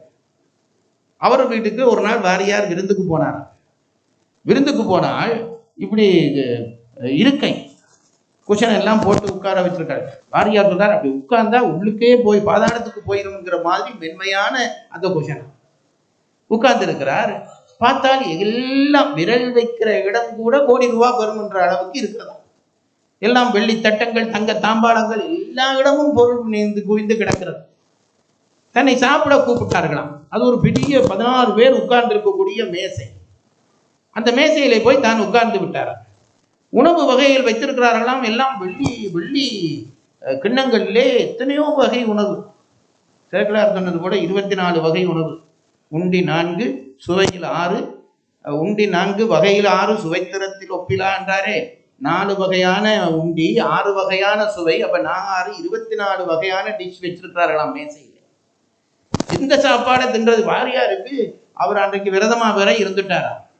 சாப்பாடு வைக்க வெள்ளித்தட்டம் தனக்கு முன்னால ஒன்று வைத்தாகிவிட்டது. அந்த வீட்டுக்காரருக்கு முன்னால ஒரு தட்டம் வைத்தாகிவிட்டது.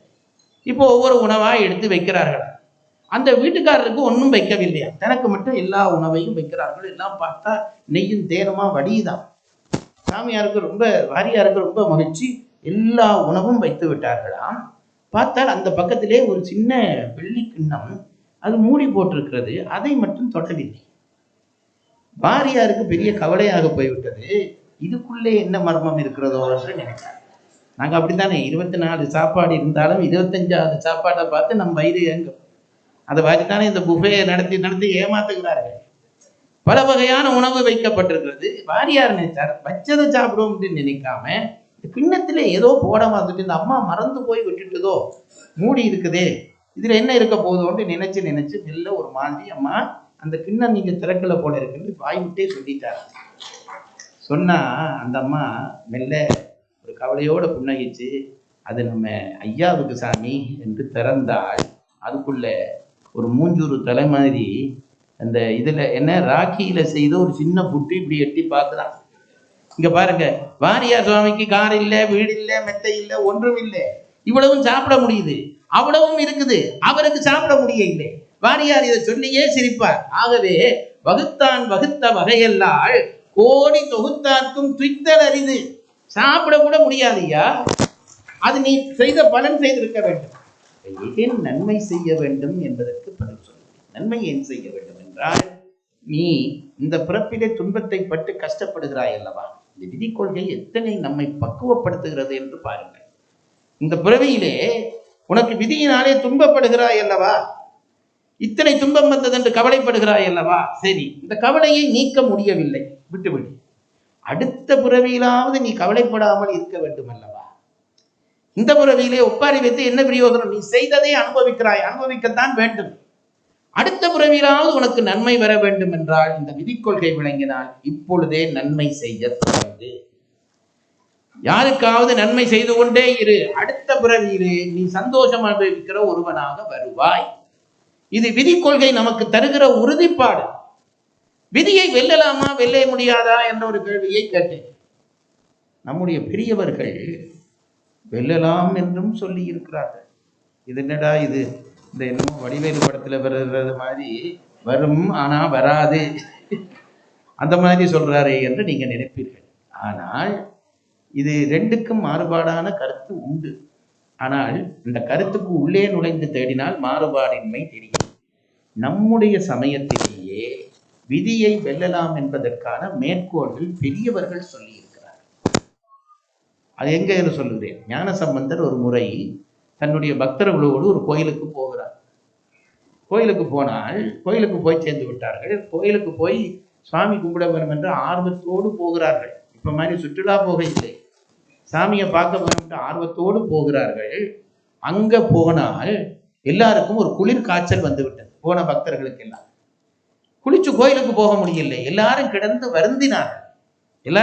வருந்தினார்கள். ஐயோ, இறைவனை கும்பிட முடியாமல் போயிற்றே என்று வருந்தி அழுதார்கள். அப்ப ஞானசம்பந்தரார் ஞானப்பால் உண்ட பிள்ளை. சும்மா என்ன மாதிரி பிரசங்கம் பண்ற ஒருத்தர் நினைக்காதீங்க. ஞானப்பால் உண்ட பிள்ளை, சிவபெருமானே பொட்டாளம் கொடுத்த பிள்ளை, பொற்பல்லக்கு கொடுத்த பிள்ளை. அந்த பிள்ளை வந்து பார்த்தார். இவர்கள் எல்லாம் அழுகிறார்கள். ஏன் அழுகிறீர்கள் என்றார். பாருங்கள், எங்கள் விதியை இவ்வளவு தூரம் வந்து இறைவனை கும்பிட முடியாமல் போய்விட்டதே என்று அவர்கள் அழுதார்கள். ஞானசம்பந்தர் அவர்களை பார்த்து சிரித்தார். நீங்கள் என்ன நினைக்கிறீர்கள்? ஏதோ ஒரு முன்பு செய்த பாவத்தாலே இப்பொழுது அந்த பாவத்தை அனுபவிக்கிறோம் என்று நினைக்கிறீர்களா? அதுக்கு ஒரு தேவாரம் பாடுகிறார் பாருங்க. அவ்வினைக்கு இவ்வினையாம் என்று கூறும் அகுதறிவீர், உய்வினை நாடாது இருப்பது உந்தமக்கு ஊனமன்றே. விதி விதி விதி என்று சொல்லி அதில் இருந்து வெல்வதற்கு வழியை தேடாமல் சும்மா இருக்காதே.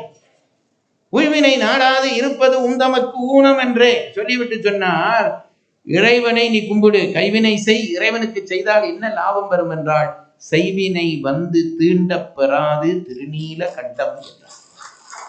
ஞானசம்பந்தர் பொய் சத்தியம் பண்ணுவாருங்களா? என்ன சொல்லுகிறார்? இறைவனை பிடித்து விட்டால் உனக்கு ஒரு நாளும் உன்னுடைய பழைய வினைகள் வந்து உன்னை தீண்டாது. சொல்லிவிட்டு விட்டிருந்தா கூட பரவாயில்லை, இது திருநீல கண்டத்தின் மீது ஆணை என்றார் ஞானசம்பந்தர். இப்ப கைதட்டினவர்கள் எல்லாரும் ஏன் தட்டினார்கள் என்று எனக்கு தெரியும். அதாவது நாங்கள் விதியை வென்றுவிடலாம் என்று நம்பி தட்டினார்கள். இது சரிதானா என்பது ஒரு பக்கம். இதே செய்தியை அருணகிரிநாதர் கந்தர் அலங்காரத்திலே பதிவு செய்கிறார். அவன் கால்பட்டு அழிந்தது என் தலைமேல் அயன் கையெழுத்தே. அவன் கால்பட்டு அழிந்தது என் தலைமேல் அயன் கையெழுத்தே. அப்ப என்ன சொல்றார்? விதியை வெல்லலாம். தலையெழுத்து என்பது விதிதான், விதியை வெல்லலாம். அப்ப அருணகிரிநாதரும் சொல்லுகிறார். இதை விட ஒரு பெரிய கதை இருக்கிறது நம்ம புராணங்களிலே. மார்க்கண்டேயர் என்று ஒருவர் இருந்தார். உங்களுக்கு தெரியும். அவர் தாய் தந்தையர்களுக்கு பிள்ளை இல்லை. பிள்ளை இல்லாத அவர்கள் பிள்ளையை வேண்டி இறைவனை நோக்கி தவம் இருந்தார்கள். இறைவன் தோன்றி, உங்களுக்கு எப்படிப்பட்ட பிள்ளை வேண்டும்? 16 வயது மட்டும் வாழுகிற நல்ல பிள்ளை வேண்டுமா, பலகாலம் வாழ்கிற கிட்ட பிள்ளை வேணுமா என்று கேட்டார். பெற்றவர்கள் நல்லவர்கள், அதனாலே 16 வயது வாழ்கிற நல்ல பிள்ளை கொடுங்கள் என்று கேட்டார்கள். பிள்ளை பிறந்து விட்டான். மார்க்கண்டேயர் என்று பெயர் வைத்தார்கள். பிள்ளை வளர்கிறது. இறைவனுடைய அருளாலே நல்ல முறையீட்டிலே இறைவனை பூசித்து வணங்கி வணங்குகிறது. ஒரு நாள் அந்த பிள்ளை பார்க்கிறான், தாய் தந்தையுடைய முகம் வாடி இருக்கிறது. இவன் வந்து கேட்கிறான், அம்மா அப்பா ஏன் நீங்கள் வாடி இருக்கிறீர்கள் என்று கேட்கிறான். அவர்கள் அப்பொழுதுதான் உண்மையை சொல்கிறார்கள். இப்படி இறைவனிடம் வரம் வேண்டினோம், 16 வயதிலே உன் ஆயுள் முடிந்து விடும் என்று சொல்லி இருக்கிறார். இன்னும் அடுத்தடுத்த நாட்களிலே உன்னுடைய ஆயுள் முடிய போகிறதப்பா, அதை நினைத்து கவலைப்படுகிறோம் என்றார். மார்க்கண்டேயர் பெற்றோரை பார்த்து, அம்மா கவலைப்படாதீர்கள், அதற்கு நான் வழி செய்கிறேன் என்று நேரா போனார். சிவலிங்கத்தை போனார். அவர் பூஜிக்கிற சிவலிங்கத்தை போனார். சிவலிங்கத்தை இறுக்கி கட்டிப்பிடித்து கொண்டார். கட்டிப்பிடித்தாருன்னா நீங்க என்ன நினைப்பீங்க? கையால அப்படி கட்டிப்பிடித்தாருன்னு நினைப்பீங்க. அப்படி இல்லை, மனம் மொழி மெய் எல்லாத்தாலையும் கட்டிப்பிடிச்சிட்டார். ஆண்டவா, உன்னிடம் நான் சரண் புகுந்து விட்டேன், என்னை காப்பது உன்னுடைய கடன் என்று அப்படி கட்டி பிடிச்ச உடனே அப்ப யமன் பார்த்தான். அப்பதான் ஃபைல் தட்டினான். இப்ப இவருக்கு இன்றைக்கு முடிய வேணும். அவன் எருமையில ஏறி வந்துட்டான். அந்த பாச கயிறை கொண்டு வந்தான், எறிஞ்சான் இவரை நோக்கி. சிவன் டக்குன்னு சிவலிங்கத்துல தோன்றி ஒரு உதஞ்சார். யமன் செத்து போனான். யமன் செத்து போனான். இது கதை. காலனை காலால் உதைத்தல் பாடி என்று மாணிக்கவாசகர் பாடுகிறார். இப்போ இந்த கதை உண்மை, இந்த கதையினுடைய உண்மைத்தன்மை என்ன? இப்ப நான் ஒரு கேள்வி, இந்த கதையை சொன்னோன்னா பல மாணவர்கள் கேட்பார்கள், யமன் தன்னுடைய கடமையைத்தானே செய்ய வந்தான், சிவபெருமான் அவனை உதையலாமா? கடமையை செய்ய வந்த ஒருவனை சிவபெருமான் உதையலாமா என்று கேள்வி எழுப்புவார்கள்.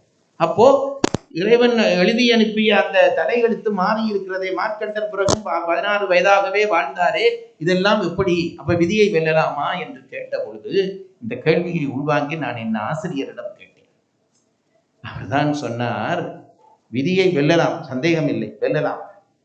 பிடிவாதமான வைராக்கியத்தோடு இந்த துன்பத்தில் இருந்து நான் வெளிவிடப் போகிறேன், இன்பத்திலிருந்து வெளிவிடப் போறேன் ஒருத்தர் நினைக்க போறதில்லை, இந்த துன்பத்திலே இருந்து நான் வெளிவரப் போறேன் என்று இறுக்கி உன் மனதிலே நீ வலிமை கொண்டால் அதில் இருந்து வெளிவந்து விடலாம். ஆனால் ஒரு பயனும் இல்லை. இந்த பிறவியினுடைய துன்பம் அடுத்த பிறவியினுடைய வாசலிலே வந்து உனக்கு நிற்கும், வாசலிலே வந்து நிற்கும். இது ரொம்ப முக்கியம். இது ஒன்று. இரண்டாவது, விதியை வெல்வதற்கு இன்னொரு வழி இருக்கிறது. இது ஒரு வழி. இந்த வழியினாலே பிரயோசனம் இல்லை. நீ செய்த பாவங்கள் எல்லாம் திருப்பி எங்கேயோ வாசல்ல வந்து பிறக்கிற பொழுதே நோயாளியாய் வந்து பிறப்பாய். அங்க அனுபவிச்சு வந்தா இந்த துன்பம் இங்கே இருந்திருக்காது. ஆகவே இதை விட்டுவிடு. இது ஒன்று. இரண்டாவது வழி சொல்லுகிறார்கள் என்னவென்று கேட்டால், ஒன்றுமில்லை. இந்த 36 தத்துவம் என்று சொல்லுகிறோமே, இந்த தத்துவத்தின் வழிதான் எங்களுடைய உயிர் இறங்கி வருகிறது. அப்படி வருகிற பொழுது நான் முதல் சொன்னேனே, காலம், நியதி, கலை, வித்தை, அராகம், இப்படி சொல்லுகிற பொழுது இந்த கால தத்துவத்துக்கு பிறகுதான் நாங்க கீழே வருகிறோம். கால தத்துவத்துக்கு உள்ளே இருக்கும் வரைக்கும் தான் எங்களை கொள்கிற அனுமதி காலனுக்கு உண்டு. நான் சொல்றது உங்களுக்கு புரியுதுங்களா?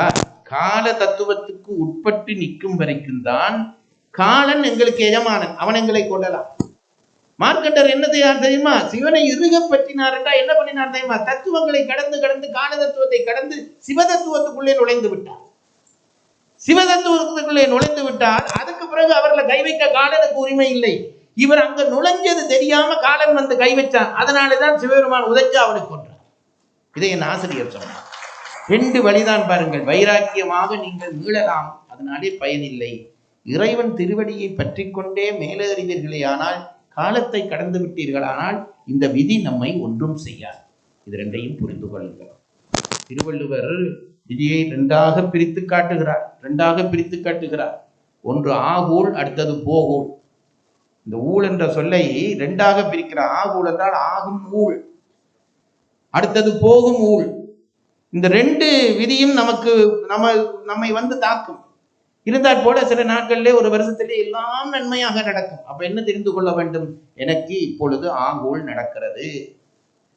திடீரென்று ஒரு காலம் திடீரென்று மாறின உடனே அடுத்தடுத்து துன்பம், நாம் எதிர்பார்க்காத துன்பம் எல்லாம் வந்து முகத்திலே அறையும்.